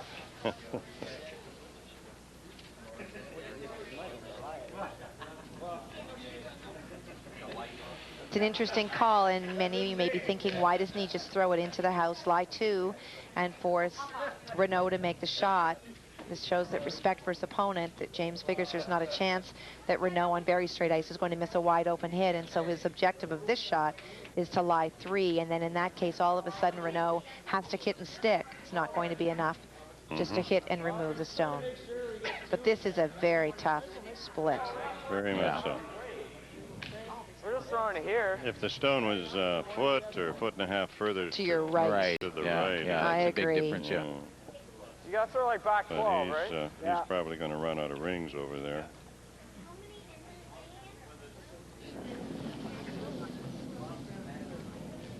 It's on the way. This could be it. He's got to get something in the rings at least. Got a lot of spin on it. A lot of rotation. How's the weight, though? He's going to get the shooter in here, and that's about it. Oh, that's a pretty good try. Yeah. Well, there it is. The target is pretty big. You can hit one of those stones, and either you one. know, is the only thing could go wrong, you pick something up, yeah. No, you could flip it outside and you graze the first one. Yeah, that's and go true. by the second one. Listen to you. No, but that could happen. Sometimes you want to make sure you just ignore the back one. I think you're just playing a nose hit on the top. Yeah, exactly. But if you flipped it out and just grazed the front one and just don't even think about it. You are unbelievable. That's. Well, here it is, the MCT championship in the men's division, beckoning. And Renaud Gagne just needs a hit. Just get a piece of either one of these stones, and it's all over. Suchi holding the broom. And what do you say Suchi has them sweep right away? No. Oh, he's all right. Well, Hub's broom was down right away. Wants to make sure it picks up nothing. Lots of weight. Lots of weight. You betcha. The broom goes in the air, and there it is. A single point, and the final score 8-5. Renaud Gagne, and that is a popular victory here at the St. Anne Curling Club as the home club team comes through to win it all here tonight. Fine performance by Gagne and company as they pick up $7,000. They get the bonus of a berth in the Canada West Bonspiel next December and a playoff against next year's MCT champion for a spot in the 2006 Provincial Safeway Select. Ralph Bagley is down at ice level after the handshakes are over. He will do short interviews with our 2 skips, and after that we will then come back up here to wrap it up. Being on the wrong side of the inch, like I said at that 5th end break, things didn't really change for us a whole lot in the last 5, but all credit to them. They played great, and you know, they had a great weekend. I think they made a couple of pretty good shots on you that spoiled chances that you did have building. Well, I think the 8th end was huge. You know, I made a nice little hit and roll there, and Renaud just made a real pistol for 2, which, you know, if he happens to rub one of the guards, it's tie game and anything can happen. So, you know, that's curling. So sometimes they go your way, sometimes they don't. I think Mr. Suchi made a couple of shots that hurt you, Tom, too. Yeah, well, he's obviously a great player, you know, and you know, you gotta make him throw tough shots, which I thought we did, and he made every one. So what can you do? Very good, and congratulations on your showing this weekend, and good luck next week in the zone playdown. Thanks very much. And Renaud, congratulations first of all. Another victory. Well, it's actually we've had a good spieling season, but this is our first win this year. We've had a good year. This was our weekend. It finally happened. Well, it's kind of nice that it happened here in front of the home crowd too. It sure does. There's so many great people up there. They've been cheering their hearts out all weekend. You know, I just want to thank the committee and all the sponsors. This was just a great event. Your team played very well in that second half. They tried to come back on you, but you made a few big shots. Yeah, well, you know, I've got such a great teom. I'm so lucky to be curling with these guys. That Suchi can turn an end around all by himself, as you saw in 7th, I believe. So it's just, I'm very lucky. Next in line for you guys then will be the MCA Bondsville. MCA, unfortunately, we lost our zone. We lost the P final of our zone, so we got to go through the MCA. So you're going to be looking for a zone berth. Very much so. Yeah, select berth. Yeah, very much. Okay, so. Very good. And I'm sure that they're going to have a presentation ceremony here in a minute, so keep your team around. Right now, we're going to go back upstairs to Bob and Don. We have the final percentages here on the men's final tonight. A.J. Girardin curled 95% tonight in a losing cause. Ross McFadden, 71 at the second position. Mike McEwen was 78%. James Kirkness, 73. And the team Kirkness at 79%. In contrast, Brad Hawkins for Team Gagne had an 88% night. Pretty nice for Brad.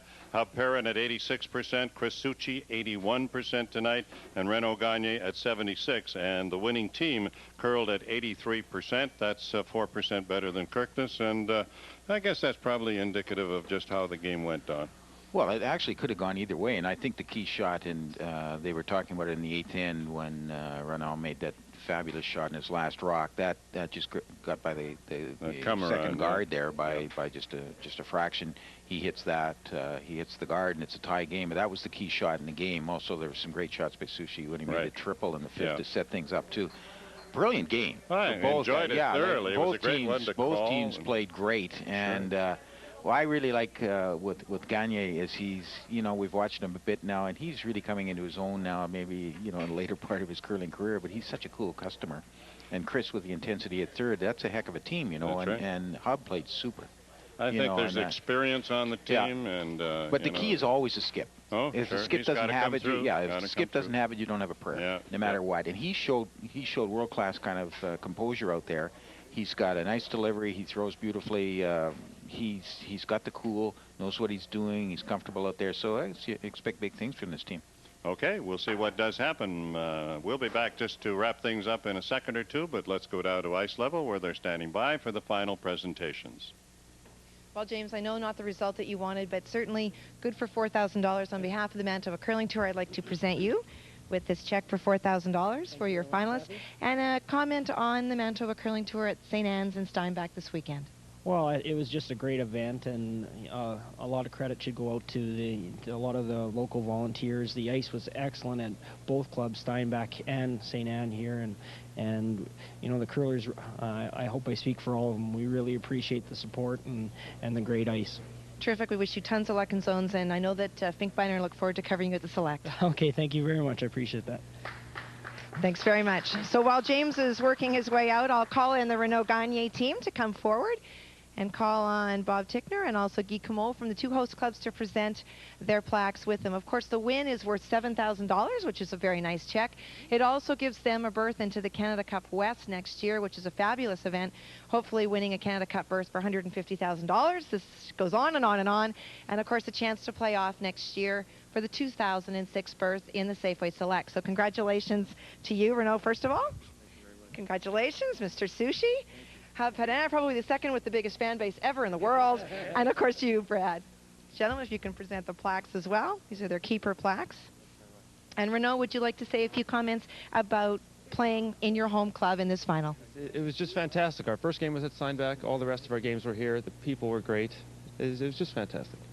Comments, this is a first-time team. I know that a little disappointed that you didn't win your zone final. Your thoughts on your performance this year so far? Well, I guess either way, you know, we haven't won a spiel. We've done well. Right here. Yeah, we've done well on the cash circuit, but we haven't won a spiel. So this was really important for us to kind of break through, have our weekend. Curling with these guys is just fantastic. So you guys look like you're having a lot of fun. Yeah.